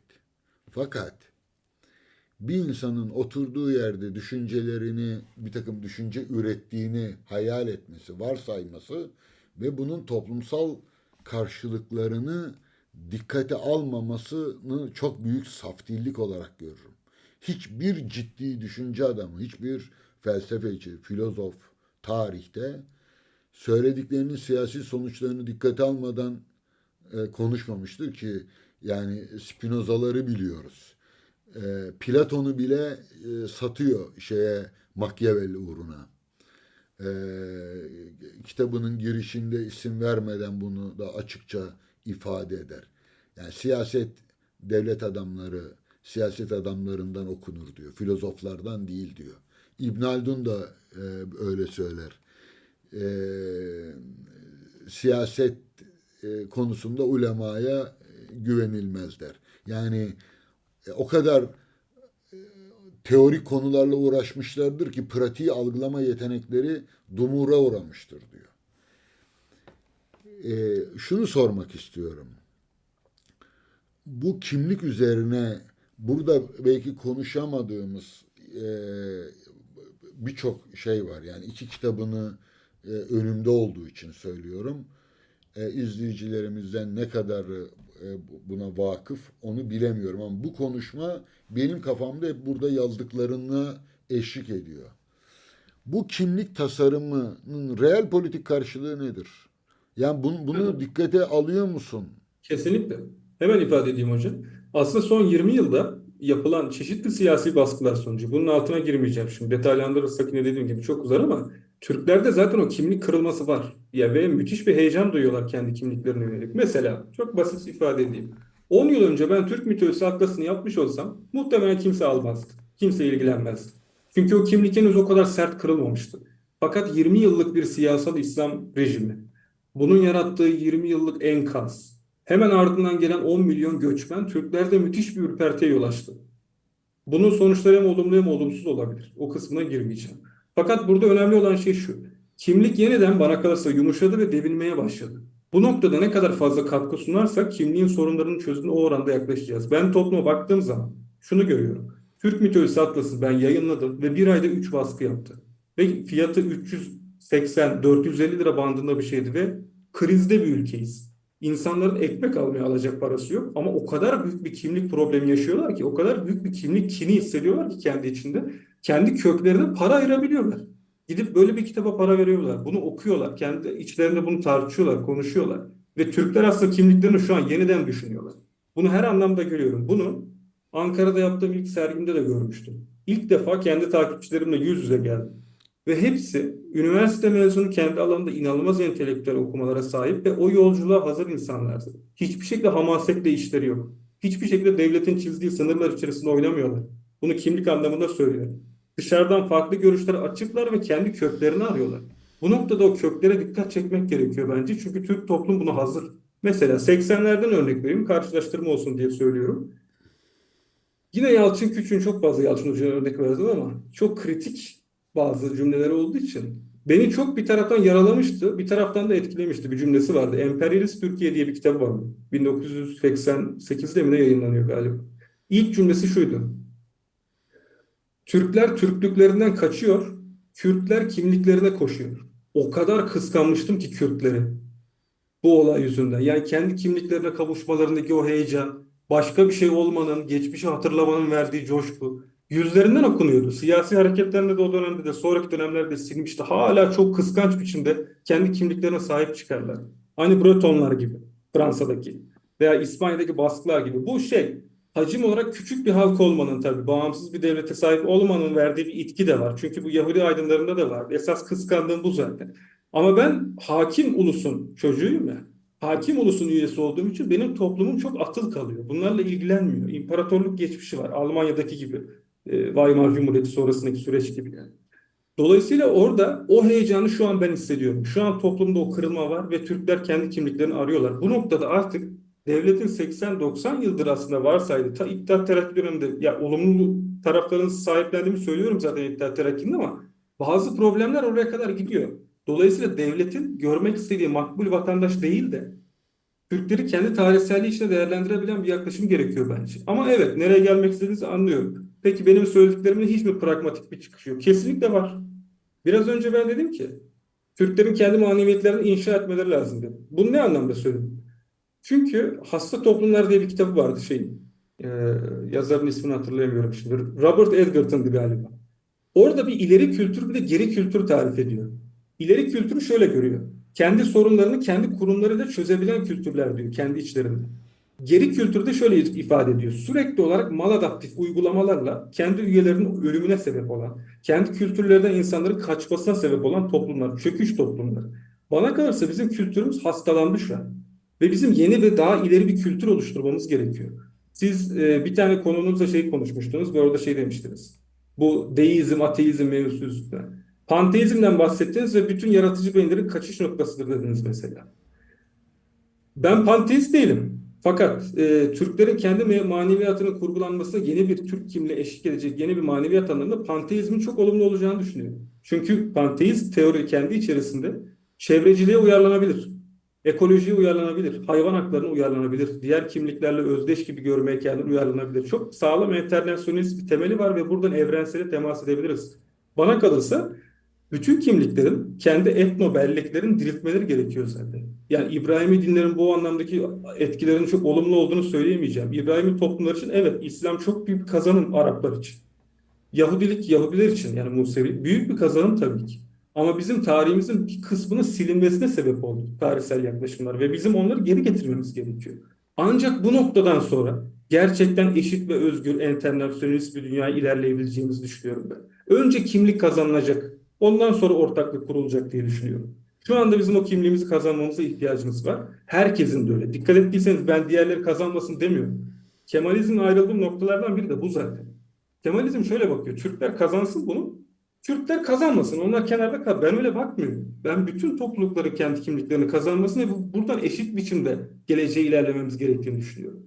Ve gördüğüm kadarıyla toplumun bir kesimi, en azından sol Kemalistlerin de içinde bulunduğu bir kesim, böyle bakmaya hazır gibi geliyor bana. O yüzden. Peki şimdi bu ilginç tabii. Türk olmak, Türk kimliğine sahip olmak ya da bir kimliğinden kaçıyor. Şey sadece çok önemli bir anekdot aktardın. Daha doğrusu saptama yaptın. Ee, Büyük bir kırılma var. O yüzden benim Türk mitoloji atlası 27 yaşında bir genç adamın yaptığı bir şeyin bu kadar alaka görmesi. Hani medya böyle bazı genç yetenekleri pazarlar da eskiden. Bir anda herifin şeyleri satar filan. Mütevazi koşullarda yaptığım bir şey karşılık bulmasını ilginç bir şekilde şöyle tanımladın. Dedin ki bir kimlikte bir gevşeme var ve böyle bir ihtiyaç olduğu için insanlar kendi kimlikleri ne sahiplenmek bakımından. Şimdi bu son 20 yıl, 25 yılın aslında İslamlaşma gibi görünen şey bir Araplaşma olarak da aslında ortaya çıktı. Bu Doğru. e, yani kullandığım merceğe göre değişir tabii. Nereden baktığına göre değişir ama bunu da düşünüyor musun? Yani orada e, Türk kimliğine olan ilgi aslında bir saldırı altında hissetmekten kaynaklanıyor diye düşünüyor musun? Kesinlikle hocam. Kesinlikle. Ya özellikle bunu her söylediğimde gerçekten kendi arkadaşlarım dahi ikna etmekte zorlanıyorum. Çünkü tarihsel kimliğinin kökeni bilmiyorlar Arapların. Ya burada şöyle bir durum var. Şey gibi hissediyorum aslında. Myanmar gibi Güney Asya ülkelerinde koloni rejimleri kurulmuştu hatırlıyorsanız 1940'larda hemen öncesinde Fransız kolonizatörleri tarafından. Orada şöyle bir şey yapmıştı Fransa. Özellikle Myanmar'ı tanıdığım için biliyorum. Budist bayramları yasakladılar. Orada Fransız liseleri kurdular. Budist bayramları yasakladılar. Seçkin Katolik bir azınlık yarattılar. Kendi eğitim verdikleri yerel beylerin, ağaların çocuklarından. Onlar Fransız kimliğini benimsemeye başlamış ve toplumun karakterini değiştirmeye zorluyorlardı. Çünkü toplum Fransız İmparatorluğu için daha itaatkar olacaktı böyle yaparlarsa. Ama tutmadı. Büyük bir direniş çıktı ve Burma tekrar bağımsızlığını kazandı. Budist bir ülke oldu falan filan.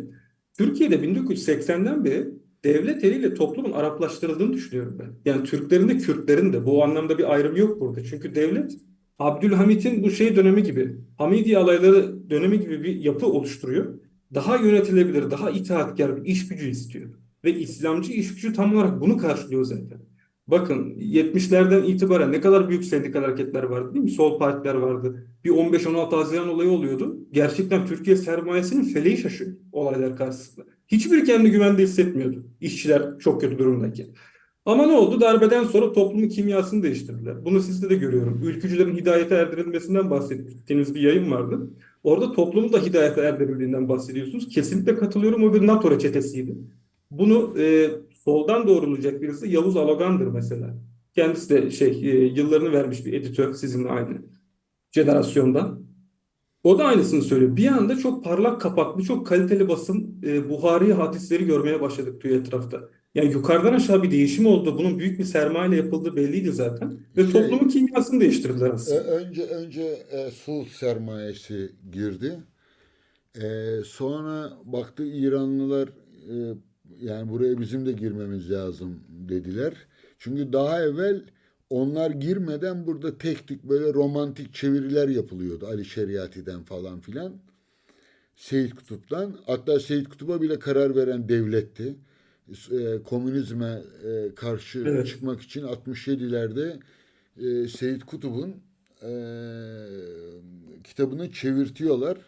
Hatta ben şey de demiştim yani Yaşar Nuri Öztürk'ün e, aynı kitabı çevirmesinin bir nedeni olmalı diye. Yıllar evvel tabii o zaman gençtik. Peki şimdi bunlar tabii senin e, nasıl söyleyeyim ben biraz öyle görüyorum artık şeyden dolayı yani şeyleri gergin, dinç, iddiaları olan, e, toplumda bir takım şeyleri köklü biçimde değiştirmeye arzusu taşıyan bir şeyin dilin ve ruhun var. Fakat şöyle bir tarafa da gelelim. E, Yani bunu hiç düşünmemiştim ama kendiliğinden böyle aklıma geldi. Şimdi Türk olmak, e, işte ya da İslam olmak, Müslüman olmak, olmamak yani neyse. Ya bir de insan olmak var.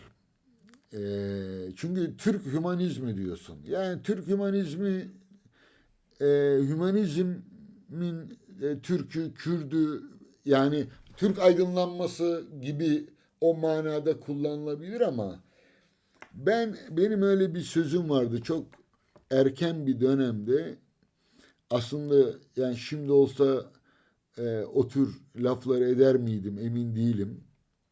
Çok daha içselleştirdiğim halde. Hatta bir kısmı da yanlış anlaşıldı diye düşünürüm. Ben Türk olarak doğdum. Sonra Müslüman oldum. Şimdi ölmeden önce insan olmaya çalışıyorum demiştim. Yani oysa insan sonradan Türk olmaz.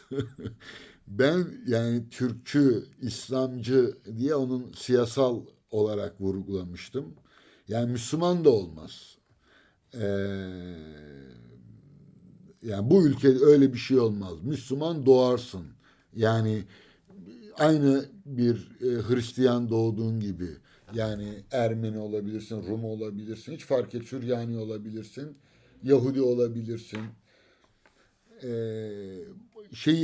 yani bunların seçim yani biz bunları ancak yatsırken seçebiliriz. İnkar etmek konusunda e, tercihde bulunabiliriz. Yoksa kabul etmek konusunda tercih hakkı yoktur insanın. Yani Rousseau gibi diyeyim, prangalarımızla doğarız. Ee, insan olmak konusuna hiç şey ayırıyor musun? Yani bu kimlik sorunları hep biz var yani. Biz Türkler işte onun için nasıl dolduruyorsan biz sosyalistler filan. Bir sosyalist olarak diyorum ki bir işte Türk olarak diyorum ki filan. Ya bunun dışında bunların hepsini paranteze aldığında bir de ben var ben. İnsan olma yolculuğunu bu ideolojik yolculukların dışında nereye koyuyorsun? Bunları ayırt ediyor musun? Şeyi dikkate alarak soruyorum. Sen tipliğin dedin zaten. İşçi Partisi'ne gönül vermiş mi diyeyim? Üye demeyeyim ama nasıl adlandırıyorlar? Öyle tanımlayabilirsiniz hocam. Evet. Şimdi orada insani olanla siyasal olan, toplumsal olan birbirinden böyle bıçakla ayrılmaz. Tabii. Onun farkındayım yani. Ama neticede bir yaşta ayrılmaz. İnsan olma yolculuğu bu kimliklerin reddiyle olur. Yani mesela ben böyle biraz daha ajitatif bir soru sorsam en başta insan olmak için Türk olmayı reddetmemiz gerekmiyor mu diye başlamak isterdim. Evet. Ama sonda söylüyorum. Tam tersine bu inşa etmeye çalıştığın kimliği kendi çapımızda yıktığımız ölçüde o hümanizmden, o evrensellikten, evrensellikle temas etmez miyiz? Ne düşünüyorsun o konuda? Ben kesinlikle katılıyorum. Zaten yıllar önce sizi keşfetmem ve dinlemeye başlamam da bu temelden olmuştu. Aslında siz orada şunu söylüyordunuz. Dindar bilinç karşı tarafın kendiyle eşitliğini kabul ederse kendi kimliği yıkılıyor. Çünkü yadsıyarak aslında eşit bir zemine gelmiş oluyorlar. Ben de aynı fikirdeyim. Fakat şöyle düşünüyorum. Bu bir süreç hocam. Yani sosyalizmi biliyorsunuz bütün ideali aslında bütün toplumların birbirinin içinde aynen Lenin'in tabiriyle çayın içine atılan bir şekerin eriyip gitmesi gibi. Siz de aynı şeyi kullanmıştınız garip bir şekilde. Bu şekilde iç içe girmesi. Fakat şöyle bir durum var. Bunu bir ulus devletle sınırlıyken yapamıyorsunuz zaten. Ben %100 teorik olarak katılıyorum. Bence de insanlığın bu tip kimliklerin de ilkel olduğu, bunların da yadsınacağı ve daha ileri bir kümeye geçeceği bir zemin gelecek. Bütün gücümle bunu arzuluyorum zaten. Fakat buradaki sorun şu: kendi kimliğini elde edememiş bir toplum, başka bir toplumun kimlik ithalatçısıyken o erime, o yatsıma gerçekleşmez. Çünkü orada patolojik bir travma gerçekleşiyor. Psikopatolojik bir problem var orada yani. Başka toplumun kimliğini kendi üstünüze geçirmişken siz genel kümenin üyesi olamazsınız. Olamıyorlar da zaten. Koloni toplumlarının tamamında bu şizofrenik zihniyet devam ediyor. Bizde de kısmen var bence bu anlamda. Ben şöyle düşünüyorum. Kesinlikle insanların oraya doğru gitmesini istiyorum fakat bunun yolu birden fazla halkın sosyalist bir ekonomi ve siyaset çerçevesinde birleşmesiyle olabilecekmiş gibi geliyor bana. Çünkü eşitsizliklerin, sömürünün insanla yani halklar arasında problemlerin devam ettiği koşullarda bu kimlikler nasıl yadsınsın zaten? Ki kaldı ki kapitalist piyasa gerek emperyalist devletler, gerek kendi ülkenin içerisindeki hiyerarşilerde bunu devam ettiriyor. Sürekli bir hiyerarşi kurma, belli bir toplumu mülksüz bırakma, onları ezme, iş gücü yapma, onları haklarından yoksun bırakma gibi bir eğilim var. Dolayısıyla biz bu sistemi değiştirmezsek insanlar nasıl olur da büyük insanlık ailesinde birleşebilirler? Benim özellikle Atlas'ın en sonunda vurguladığım kısım buydu. Büyük insanlık ailesi. Çünkü oraya doğru ilerlemek istiyorum ben zaten. Bu kimlik tabii ki çok doğru bir şey söylüyorsunuz. İnsan omuzlarına çöküyor. Fil oturmuş gibi oluyor üstünüze ya. Yani o kimlik dışarıdan belirlenmiş. Sizin seçimlerinize gelmemiş ve siz onun bedelini ödüyorsunuz. Ben bunu yurt dışında da çok yaşadım. Eminim siz de yaşamışsınızdır.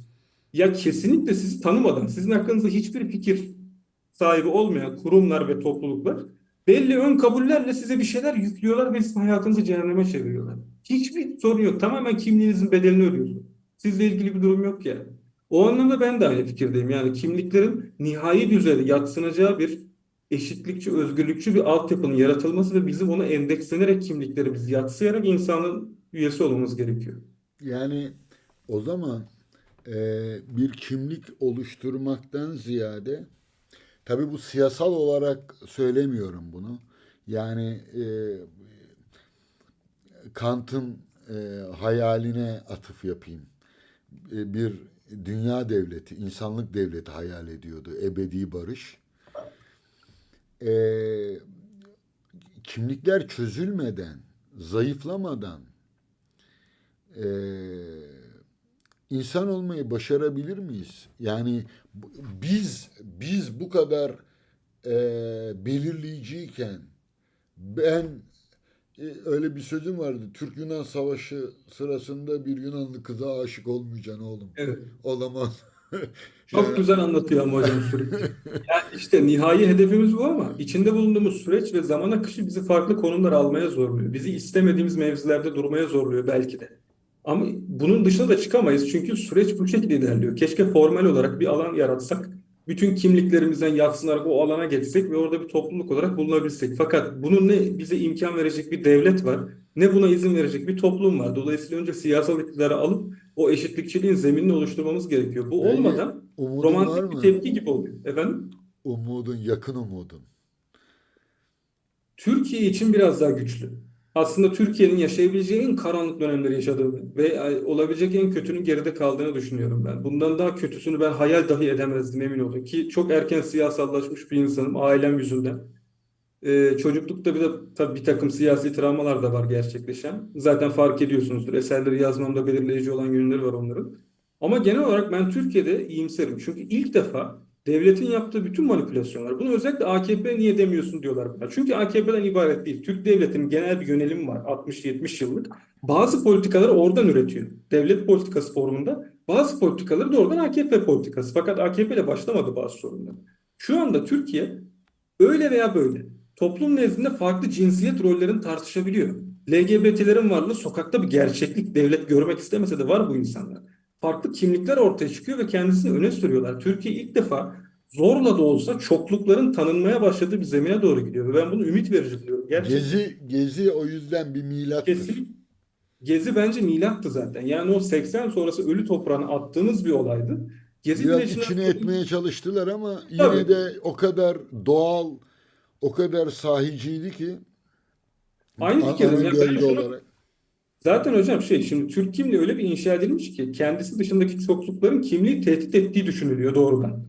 Fakat o noktada onların bir düşman olmadığı fakat daha üst bir kümeye sıçrayabilmemiz için bir merdiven olarak kullanılabileceğini söylemeye çalışıyorum. Diğer kimliklerden korkmadan temas edebilmek, farklı kimliklere doğrudan ilerleyebilmek gerekiyor bence. Tarihin akış yönü bu zaten. Sonsuza kadar bir ulus kimliği içinde kalamayız. Daha da ileri gitmemiz lazım. Gitmediğimiz zaman geriliyoruz. Cumhuriyetin tarifi budur zaten. 1950'de o devrim gerilemeye başladığı için biz AKP dönemine kadar geldik bana sorarsanız. İlerlemeyen bütün devrimler bedelini böyle ödüyorlar. Daha da ilerlememiz lazım. Sizin bahsettiğiniz gibi o büyük insanlık ailesine ulaşmamız gerekiyor her türlü koşulda. Ama şuna cevap vereceğim. Az önce bir soru sordunuz. Dediniz ki bu siyasal alanla manevi alan, kendilik alanını nasıl ayrıştırıyorsun? Bunu ayrıştırmaya 4-5 yıl önce başladım aslında ve oraya doğru giderken kavramlarım Marksist kavramlar değildi. Aslında bu noktada Budizmin Şunyata doktrininden çok etkilenmiştim. Şunyata'nın tam bir çevrimi yok bizim dilimizde. Çünkü boşluk diye çeviriyorlar. Bunu uzun süre Avrupa'da da emptiness diye çevirdiler. Bu yanlış bir çeviriydi. Çünkü Palice'de doğrudan boşluk kelimesi yok. Bir şeyden boş olmak, bir şeyden bağımsız olmak, mutlak varlığın olmaması gibi bir tabire geliyor. Şunyata'nın tam karşılığı İngilizce'de interbeing. Yani bütün varlıkların parçalardan oluştuğu ve bütün yapıların iç içe geçtiği kozmolojik bir varoluş halinden besleniyor. Mesela bir çiçeğe bakıldığında Thich Nhat Hanh çok fazla bu örneği vermeyi sever. Vietnamlı Zen keşişin. Bir çiçekte diyor potansiyel olarak yağmur, güneş, toprak ve tohum hepsi bir arada vardır diyor. Fakat dışarıdan homojen bir yapı olarak görünür diyor. Bunu insanlara da uyguluyor. Yani siz aslında kendiniz bedeninizden veya zihninizden ibaret değilsiniz. Kendi geçmişiniz, geleceğiniz arasındaki bir zincir halkasısınız. Ve kendi duyularınıza kadar ayrıştırılabilirsiniz. Daha da atomize edene kadar. Ve özüne baktığınızda aslında ortada mutlak bir varlığın olmadığını göreceksiniz diyor. Bu çok çarpıcı bir şeydi ve benim bütün kimlik algımı alt üst etmişti ilk fark ettiğim zaman. Fakat o dönemlerde çok şiddetli tabii bir şey de vardı. Çocukluğumda yaşadığım bir travmadan dolayı bir ölüm korkusu muhabbeti vardı. Okudum onu. Atlas'ta da yazmadığım şeyler de var tabii. Onu birebir Tahmin de konuşmak ediyorum. isterim. Ee, O dönemde Thich Nhat Hanh'ın mesela No Born No Dead diye bir kitabı vardı. Ha, No Fear No Death pardon. O mesela çok yardımcı olmuştu benim onu açmama. Şunyata o anlamda benim kendimi keşfetmem açısından, ya aslında mutlak bir kendiliğin olmadığını görmem açısından çok yardımcı olmuş. Hala üstüne nitelikli okumalar yapmaya çalışıyorum. Ben Ve tabii hususi bir ukalalık yapayım. tabii, Seni tanıyabildiğim kadarıyla e, daha baba katli aşamasına gelmediğini düşünüyorum. Yani asıl özgürlük için e, babayı öldürmen lazım. E, ideolojik babalarını. Çünkü bunlar seni var eden şeyler. Seni var eden şeyi yok edersen sen de yok olurum zannedersin. Ama bunun için tabii daha zaman var. Yani ben senin yani bütün kendi talebelerimde de hep aynı şeye bakarım. Tutku beni kendine aşık eden şey tutkudur. Yani o tutkunun yani nasıl söyleyeyim kibrit kutusu biriktiren biri olduğunu duysaydım tanışmak ve konuşmak isterdim. Şeyin İsmet Özel'in bir şeyidir. Edgar Allan Poe bir ayakkabıcıya şey demiş. Sana demiş şiirimi okuyacağım kendim. Demiş ki aslında bir şair şiirini öyle herkese okumaz. Fakat sen çok iyi bir ayakkabıcısın. O yüzden bir şairi ancak işini iyi yapan biri anlayabilir. Ee, o yüzden sana şiirimi okuyacağım demiş. Ben de bunu 20-30 yıllık bir hikaye olarak aklımda saklarım. İşini iyi yapan biri tutku sahibi demek. Yani tutku olmadan hiç kimse hiçbir şeyi iyi yapamaz. Yani bulaşık yıkamaktan tut ne bileyim yerleri süpürmeye varıncaya kadar tutku haline getirdiğinde kanatlanırsın. O yüzden tabii tutku seni var eden şeydir ve yutma işlemidir tutku. Yutmaya çalışmaktır. İçine almak. Ve başlangıçta hep bir zeminden hareket ederiz. Ve gölgemizin dışına sıçrayamayız.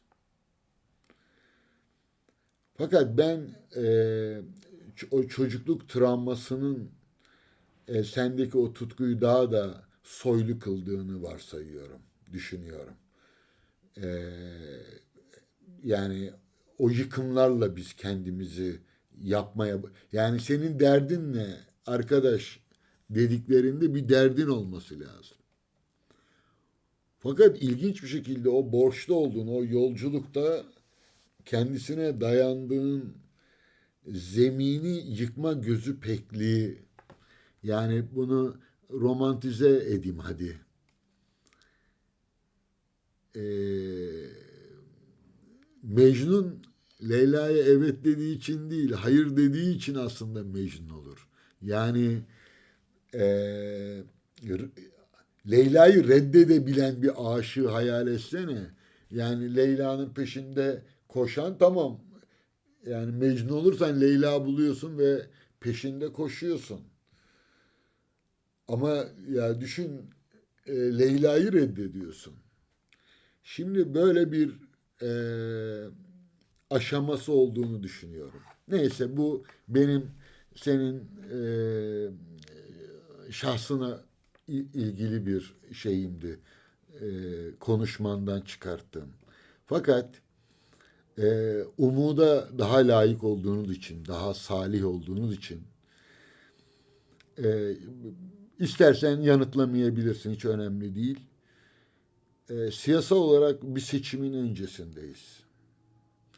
Bir değişim, e, bir 20-25 yıllık bir iktidarın değişimi ihtimali var. Birçok kişi bunu bir el daha ileri atıyor. Bir kısmı kesin e, bitecek bu sefer diyor filan. E, Seni de korumak için şöyle sorayım. Sen ve neslin e, bu değişimi yakın planda nasıl görüyorsunuz? Ne kadar umutlusunuz bir şeylerin değişip değişmeyeceğinden? Çünkü yerine Açık. gelecek olan yapıyı ve sonraki sorunları da dikkate alacağını düşünerek soruyorum. Biz açıkçası hocam biraz farklı bir nesil olarak gündeme geldik. Yani bizden öncekiler Türkiye iyi kötü modernize olmuş bir Güney Avrupa ekonomisi, Güney Avrupa ülkesiyken şiddetli biçimde siyasal İslamcı vahşi kapitalist bir ülkeye döndü ve neredeyse anayasasız biçimde yönetilen bir ülkeye döndü. Bu travma başka bir şeye benzemiyor. Bazen kendimi Merlin gibi hissediyorum Kral Arthur destanındaki. Yani Merlin şöyle bakıyordu. 80 yaşındaydı. Yani anlatıların tamamını baz aldığınız zaman. Ya öncesinde birbiriyle kavga eden Keltlerden başka bir şey yok adada. Sonra bir bakıyorsunuz adaya Angıllar, Jütler, Saksonlar inmiş, Hristiyanlık çıkmış. Kesinlikle tanıyamayacağınız bir şey dönüşmüş yani ülke ve bundan sonra böyle olmayacağı çok belli. Dolayısıyla bir altın çağa geri dönüş e, mentalitesine saplanmak en yaralayıcı şeylerden biri olur bence bizim gençlik için. O yüzden bence bir şeylerin değişmesine odaklanmak yapabileceğimiz en iyi şey. Şimdi bakıyorum birçok arkadaşımızda şey var. Türkiye'nin belli bir dönemini altın çağ olarak yerleştiriyor. Şöyle olsaydı ne iyiydi. Buraya geri dönüyor. Bitti artık o iş. O süreç tamamlandı. Bizim önümüzdeki imkanları değerlendirmemiz gereken bir süreç var. Bana kalırsa bu 20 yıllık neoliberal yıkımı, neoliberal ve siyasal İslamcı yıkımı tüm hücreleriyle hesaplaşmak gerekiyor. Yani toplumun kılcal damarlarına kadar inen bir hesaplaşma lazım. Cumhuriyeti geri kazanmak lazım. Halk aydınlanması, kamuoyu daha da ileri götürmek gerekiyor. Bugüne kadar yapılan hataların hiçbirini tekrar etmemek lazım. Hatalardan ders alıp olabilecek en geniş demokrasi cephesini oluşturup bunu artık kurumsallaştırmamız lazım. Sizin dediğiniz çok doğru. Biz bir türlü toplum olmayı öğrenemiyoruz demiştiniz ya. Topluluklar halinde yaşıyoruz demiştiniz. Bu ne yazık ki sadece Türkler için geçerli değil. Bu ülkedeki bütün topluluklar için geçerli. Ya bunu 200-300 yıldır öğrenemiyor olmamız beni gerçekten çok rahatsız ediyor ve bana kalırsa adapte olmamızı en fazla engelleyen durumlardan biri bu. Onun temeli yok. Ortaklığın temeli yok. Bizim o ortaklığın temelini siyasal tarihten çekerek inşa etmemiz lazım. Bana kalırsa en güzel temel Gezi direnişiydi bu anlamda. Onun öncesinde de var tabii ki. Fakat ilk defa Türkiye'nin eline kendi bana kalırsa siyasal İslamcı faşizan iktidarıyla sandık yoluyla hesaplaşma gibi bir imkan geçti. Bu doğru değerlendirilebilirse bugüne kadarki birçok toplumsal çatışmanın çözülebileceğini, olumlu anlamda ortadan kaldırılabileceğini ve bazı alanlarda barışın tesis edilebileceğini düşünüyorum. Devleti bazı alanlarda çağdaşlaştırabiliriz. Yoksa bunu bir kez daha kaçırırsak korkarım Türkiye tam anlamıyla Pakistan olacak ve bunun bir geri dönüşü olmayacak. Peşaver, Bangladeş, Pakistan Daha türevi daha kötü olabilir mi? Şöyle, daha kötü tabii ki olabilir hocam. Daha kötünün bir sınırı yoktur. İlerlemenin Yani tarihi bir... başörtüsü zorunluluğu getiriliyor, namaz kılma zorunluluğu getiriliyor. Böyle mi düşünüyorsun? Daha Böyle kötü ne olabilir? Şöyle düşünüyorum hocam. Bu statik hale gelebilir. Yani Türkiye failed state olarak tabir edilen bir ülkeye dönüşebilir bu rejim sürerse. Yani şu geldiğimiz noktada soğanın 30 lira olduğu bir rejimden bahsediyorsunuz ve bunu konuştuğunuz anda size İHA'lar, SİHA'lar falan deniyor. Ya burada aslında çok net bir sıçrama var. Türkiye belli bir ölçekteki bir ülkeden farklı bir ölçekte bir ülkeye doğru ilerliyor şu an. Sadat gibi özel bir kurum kuruyor mesela. Kendi ordusunu neredeyse bypass ettiğine dair bazı emareler var. Hemen komşusunda rejim değiştirmeye çalışıyor. Bunlar farklı hareketler. Türkiye'yi bu hareketlerden kurtarmak lazım bana kalırsa. Peki, Dolayısıyla devlet dönüştürülürken bu alana özel bir önem verilmesi lazım ve dediğim gibi bugüne kadar adı olmayan, devlet nezdinde adı olmayan kesimlerin merkeze çekilmesi gerekiyor. Başta kadınlar mesela. Aleviler var, Kürtler var, işçi sınıfı var, gayrimüslimler var, deistler var, ateistler var. Bugüne kadar bu yok sayılan, görmezden gelinen bütün toplumların merkeze çekilmesi lazım. O zaman bizim gerçekten bir kurtuluş ümidimiz olabilir. Yine de büyük oranda ben ümitliyim. Ya bunun artık sonunun geldiğini, bu karanlıktan çıktığımızı düşünüyorum. Büyük bir hata yapılmadığı sürece sokakta gördüğüm gerçeklik de bu zaten. Türkiye bunu aşacak. Zaten 20 yıldır giydirilmiş, dışarıdan zorla giydirilmiş bir deli gömleği fazla bile uzun sürdü bence. Bundan bence biz çok daha ileri, daha demokratik, daha kapsayıcı bir noktaya doğru gideceğiz. Bizim isteğimiz orada emek de olsun. Bu emek eksenli bir kapsayıcılık olsun. Derdimiz bu. peki, İşçi Partisi'nin, e, Erkan Beylerin filan çok az sayıda ve çok az olanakla e, siyaseti, gündelik siyaseti bu denli domine etmelerini neye dayandırıyorsun? Gerçek sorunlara temas ediyorlar çünkü. Yani bugüne kadar düzen siyasetinin bizim dikkatimizi çekmeye çalıştığı noktalarla hiç uğraşmıyorlar. Gerçekten açlıktan intihar eden aileleri gündeme getiriyorlar. İşkenceye uğramış insanlardan bahsediyorlar. İşçi sınıfının örgütsüzlüğünden bahsediyorlar. Onların mağduriyetlerinden, kadınların mücadelesinden. AKP'ye karşı 20 yıl mücadele etmiş ve başına gelmeyen kalmamış insanları aday gösteriyorlar mesela Mısra Öz gibi. Bu gerçekten halka temas eden bir politika ve bunun karşılığını görüyorsunuz toplumda. Çünkü KYK'lardan sadece oy kullanmasınlar diye atılan öğrencileri sadece tip gündeme getiriyor. Aynı şekilde laikliği asla ama fakatsız savunabilecek tek parti tip. Bugün de bunu yapıyor zaten. Biz önüne sonuna özgürlükçü, demokratik bilmem ne koymuyoruz. Kapı gibi laiklik diyoruz. Laikliğin tanımında ne olduğunu gayet farkındayız. Dolayısıyla bence bu siyaset toplumsal sorunlara temas ettiği için özellikle gençlerin ilgisini çekiyor. Fakat ben hep şunu söylüyorum zaten. Türkiye'nin geç uluslaştığını söylüyorum ya. Bir de geç kapitalistleşmenin getirdiği problemler var. Mesela refah sunamayan bir çevre ülkesi olduğunuz için merkezi bir kapitalist ülke değilsiniz. Oradaki liberal paradigmayı buraya koyduğunuzda siz farklı sonuç elde ediyorsunuz. Fransa farklı sonuç elde ediyor. Bu da çok normal zaten. Burada o yüzden devlet ekonominin ve toplumsal yaşamın gündeme geldiği her alanda gol yiyor. Burada hükümetler kaybetmeye başlıyorlar, sağ hükümetler ve bize sürekli bir takım saçmalıklar tartıştırıyorlar. Sabah kalkıyorsunuz, bunlar ahır, camilere ahır yaptı söylemiyle. Bir hafta bunu konuşuyor toplum. Bir daha kalkıyorsunuz, bizim işte kadının fıtratı şudur.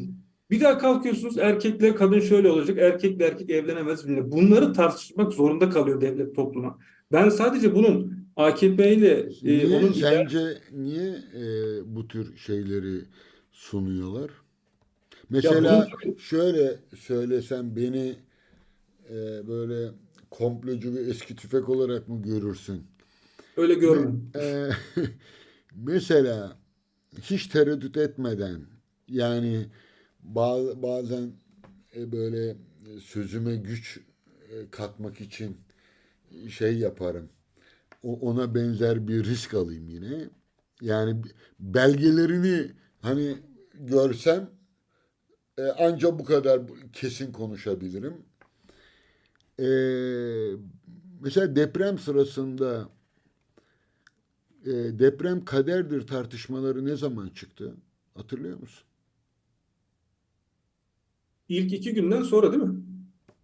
Daha sonra. Mesela ben desem ki bunu kasıtlı olarak söylediler kader planı filan diye. Çünkü yani hem depremde dikkatleri dağıtmak için hem de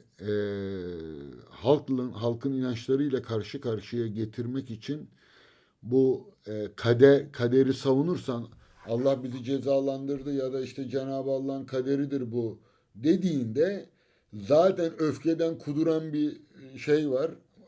Kesin bunlar ne kaderi kardeşim filan diyecekler. Dolayısıyla halk da e, vay dinsiz imansızlar diyecek diye varsayılarak bunun sürdürüldüğünü düşünüyorum. Yani kutuplaşma, din üzerinden ayrışma bu hükümetin en önemli harcı oldu bugüne kadar. Dolayısıyla muhalefetin bu kozu onların elinden alması gerekir. Bu kutuplaşmadan uzak kalarak. Ben İşçi Partisi'nin gücünü Türkiye'de en az, sen de onu söyledin zaten başka kelimelerle de olsa, yap, en az yapılan şeyi yapıyor. Eşitsizlikleri dikkate e, gündeme getiriyor. Yani zaten namuslu bir sosyalistin, aklı başında bir sosyalistin kendisini tanımlarken eşitsizlikleri azaltmak ve mümkünse hani yok edemesek bile olabildiğince azaltmak olduğunu söyleyecek. Fakat bunun siyasal sandıkta bir karşılığı var mı? Bu e, politik doğruculuğun.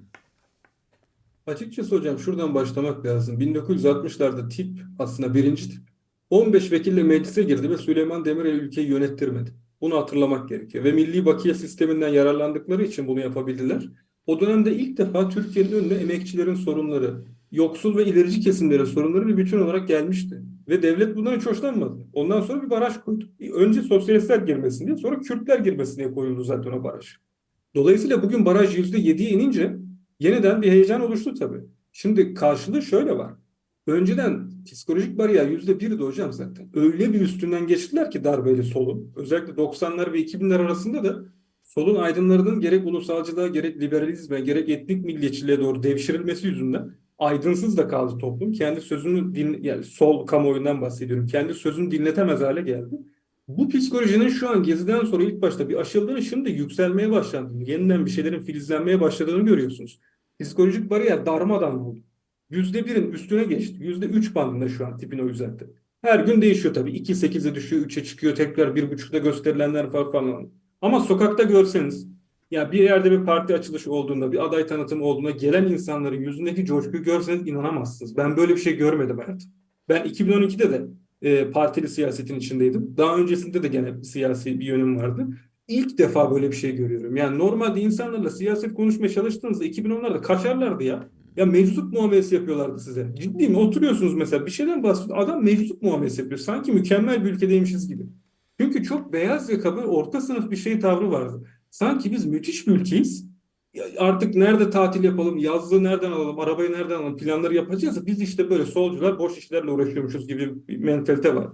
Şimdi 20 yılın sonunda insanlar düzenin çıkışsızlığını fark ediyorlar. 20 yıldır ısıtıp aynı şeyleri tekrar söylüyorlar. Millet İttifakı da farklı bir şey söylemiyor ki.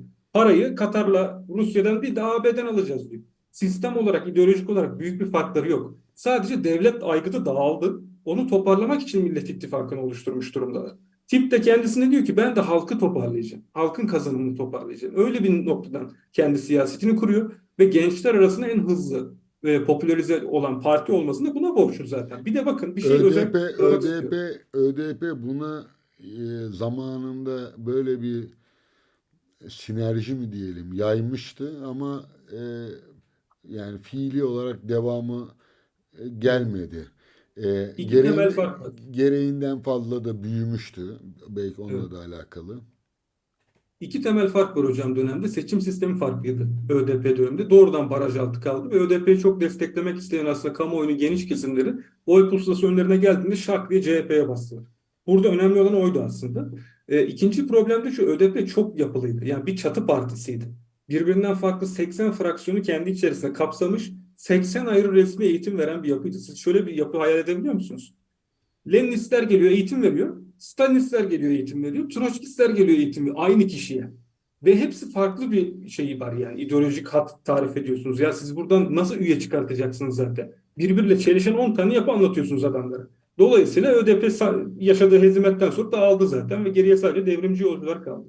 Şimdi tipteki olay o değil. Tipte daha homojen ideolojik bir karargah var. Onun üstüne seçim sistemi de aslında ittifaklar yüzünden baraj probleminin olmadığı bir yapı. Dolayısıyla ben öyle bir hezimetin olacağını hiç sanmıyorum. Burada Zaten önemli olan şeyi de pek baraj. eee, kendileri de ifade ettiklerine göre yani sandıkta bir başarıyı doğrudan amaçlamıyorlar.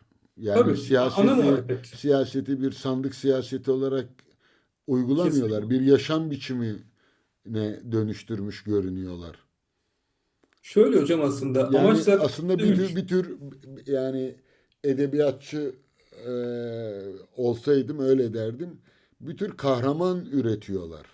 Çok Yani doğru hocam. Yani baskının olduğu yerde bence tipi ayrıcalıklı kılan şeyi söylemindeki işte eşitsizliklere dikkat filan bunlar tabii ki önemli ama bunu başkaları da söyleyebilir. Bu konuda geri adım atmayacak bir ciddiyet ve özveriyle buna sahiplenecekleri konusunda bir cesaret eşlik ediyor söylemlerine. bu Bunun onları cesareti ayrıştırdığını düşünüyorum. Bu cesareti aldıkları nokta hocam zaten düzenden nemalanmıyor olmaları. Yani dört kişi bir ev tutmuşlar milletvekili olarak. Biliyorum, Aynı biliyorum. takım ve bu bile çok garipsendi. Ya bu insanların yatları, katları, büyük holdingleri olmadığı için bu kadar cesur davranıyorlar. Sokakta mücadele geleneğinden geldikleri için, 20 yıldır kafalarına job inip gazla boğuldukları için zaten bu kadar cesurlar. Çünkü biliyorlar ki oraya geri düşseler bile hiçbir şey kaybetmeyecekler. Evet. Fakat CHP'den bir kişi, veya şimdi CHP eleştirmek de istemiyorum açıkçası böyle bir süreçte de, genel olarak düzen siyaseti diyeyim. İyi Parti, MHP, AKP hepsini birden söyleyeyim. Ya o milletvekilliği koltuğu gidecek diye nasıl korktuklarını ben hayal bile edemiyorum yani. Ne insanlar görüyorum. Beni aday göstermediler diyor. Tam karşıtı partiye geçiyor mesela. Ya burada siyaset bitmiş artık. Burada akılla, siyasetle yapılan bir şey kalmamış. Burada menfaat ilişkileri var tamamen. Ya aday gösterilmedim diye partiden istifa mı edilir ya? 2 gün öncesinde mesela her yerde partiyi bayıla bayıla savunan adam, 2 gün sonra beni istediğim yerden aday göstermediler, lanet olsun diyor, tam karşı partiye gidiyor. Ama Burada bir sıkışmışlık var. doğal olanı bu. Bir sona yaklaştığımız için bir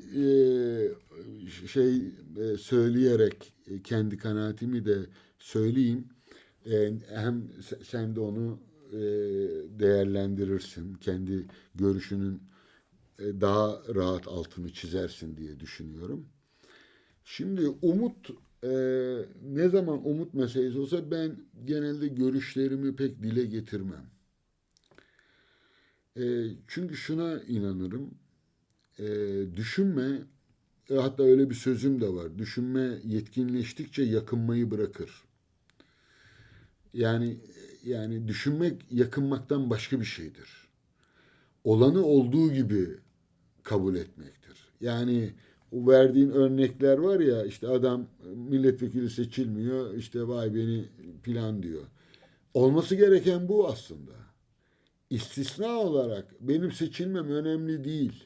Önemli olan ülkeye bir katkımız olsun demek istisnaidir. Yani kahramanlık daima istisnadır. Ben Türkiye'nin çünkü çok önemli bir şey söyledin. Ona da bir anlamda katkıda bulunmak için söylüyorum.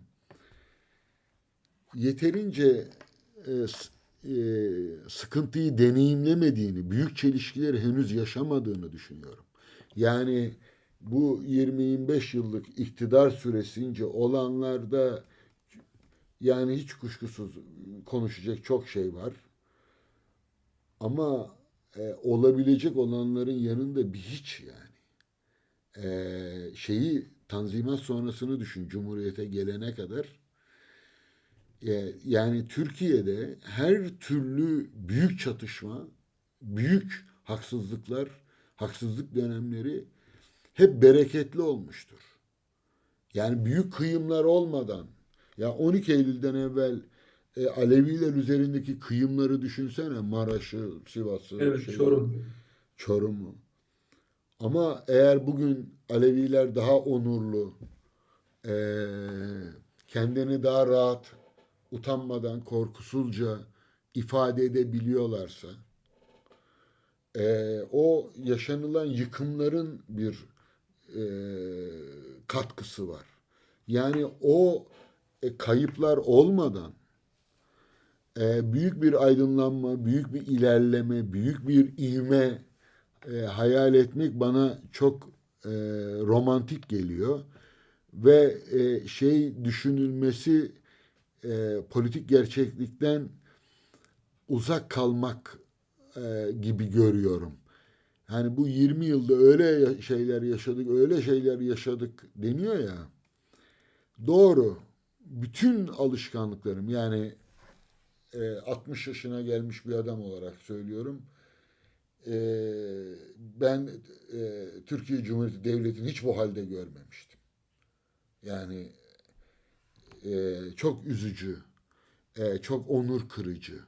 Yani sadece Türkiye içinde değil, yurt dışında da yani Türkiye Cumhuriyeti Devleti'nin bir yurttaşı olarak bir bürokrat olduğunu düşün. Dışarıda nasıl bakıyorlar? Şimdi dolayısıyla ben e, daha ödenmesi gereken yani toplum olarak, ulus olarak ödememiz gereken daha sıkıntılar olduğunu düşünüyorum. Şey yani yanlış anlaşılmasın ama Güneydoğu Anadolu'da olan deprem yani hepimiz işte bir ay kendimize bir iki ay gelemedik yani.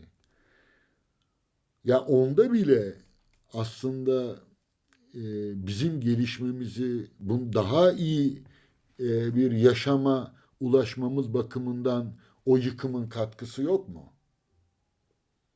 Bunu tabii itiraf etmek biraz ağır geliyor bu şekilde ortaya koyduğumuzda ama evet yani şunu da söyleyebilirim hocam yani.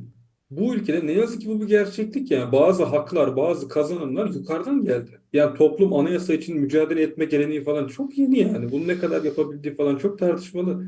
O 1960 27 Mayıs'ın kazanımlarını düşünün. Çift meclis, milli bakiye sistemi, anayasa mahkemesinin bağımsızlığı, herhangi bir şey yeniden şey yapmasın diye. Ya ben dedemde görmüştüm onu. Çünkü benim dedem Ankara Üniversitesi hukuk çıkışlıydı. Hocası Ernst Hirsch'ti. Doğrudan Atatürk'ün toplama Oo, kamplarından topladıkları öğrencilerden. Ve dedem mesela 1952'de miydi, 3'te miydi? E, O dönemde Kemalist öğrenciler gösteri yapıyorlar Menderes'e karşı. Üstlerine ateş açtırıldı onların. Bunu anlatıyordu. O Ankara Hukuk'un binasında o kurşunlar duruyordu belli bir noktaya kadar. Onların üstüne şimdi sıva çekmişler duyduğum kadarıyla. Ama o mücadele geleneğine gelen insan farklı bakıyor zaten. Benim dedem de farklı bir Kemalist o açıdan. Ama günümüzde şimdi bütün toplum kendi idealleri için mücadele etmeyi biraz öğreniyor gibi. Yani Gezi'de ilk bunun şeyin karşılığını gördüler, şimdi onu görüyorlar. Yani sokakta olmazsanız, iktidar için mücadele etmezseniz, o iktidara doğrudan talip olmazsanız, ortak olmazsanız bedelleri çok büyük oluyor. Benim babamlar 20 yıl önce bana diyordu ki sen çok geriliyorsun ya. Ki kendisi benden daha fazla gergindi yani siyasi gelişmeler üstüne. Fakat bir iki kimliklik yaşıyordu. Bir taraftan şeyle git gel yapıyordu. Şimdi o kadar fazla Cumhuriyet'in kareleri yıkılıyor ki 20 yılda. Ya ne oluyor, nereye gidiyoruz diye korkmayı şeyle bastırmaya çalışıyordu. Hayat gelip geçici. Hatta şeyden alıntı falan yapardı.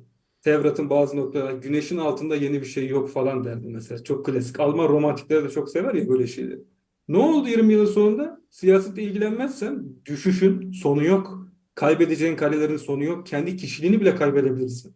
Dolayısıyla diz çökmeden ayağa kalkıp mücadele etmeyi öğrenmek gerekiyor. Çünkü böyle bir mücadeleyle ancak kendi kimliğinizi, değerlerinizi var edebiliyorsunuz. Bana kalırsa toplum bunu farklı katmanlardan anladı.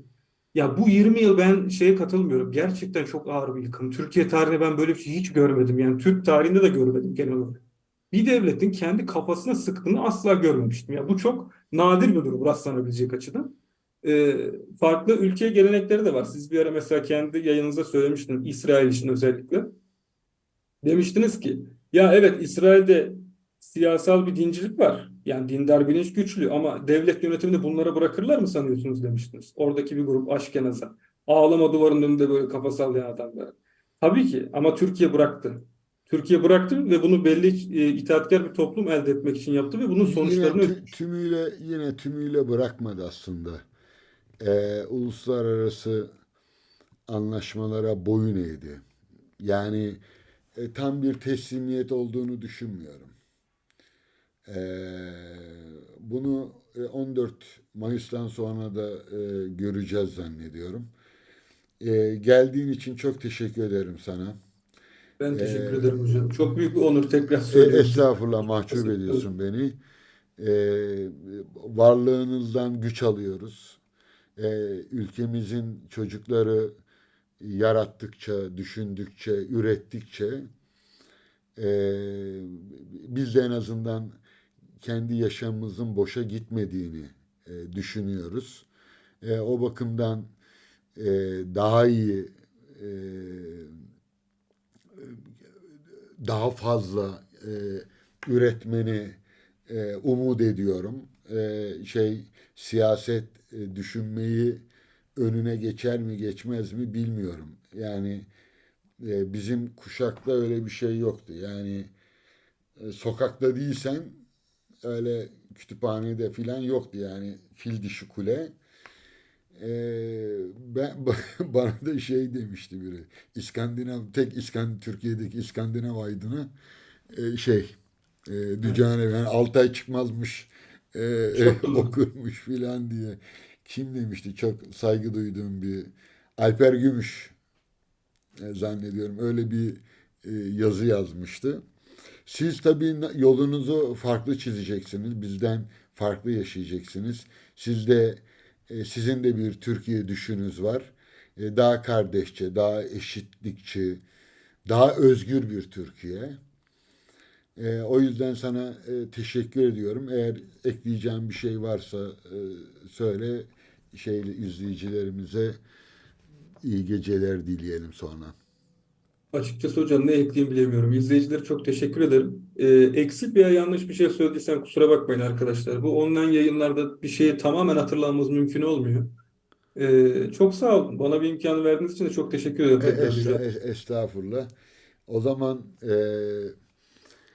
herkese iyi akşamlar diliyorum. Hakikaten nadir karşılıklı e, bir söyleşi gerçekleştirmeye çalıştık. Ben biraz şeyi e, sözü kesmiş, uzatmış ya da yönünü saptırmış olabilirim. E, Yaş ilerledikçe böyle oluyor.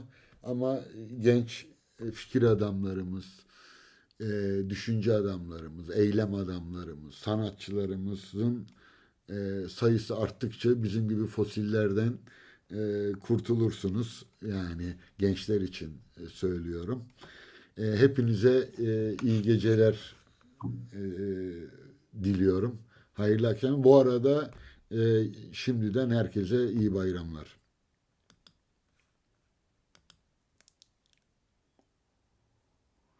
Evet. Hocam 5 dakika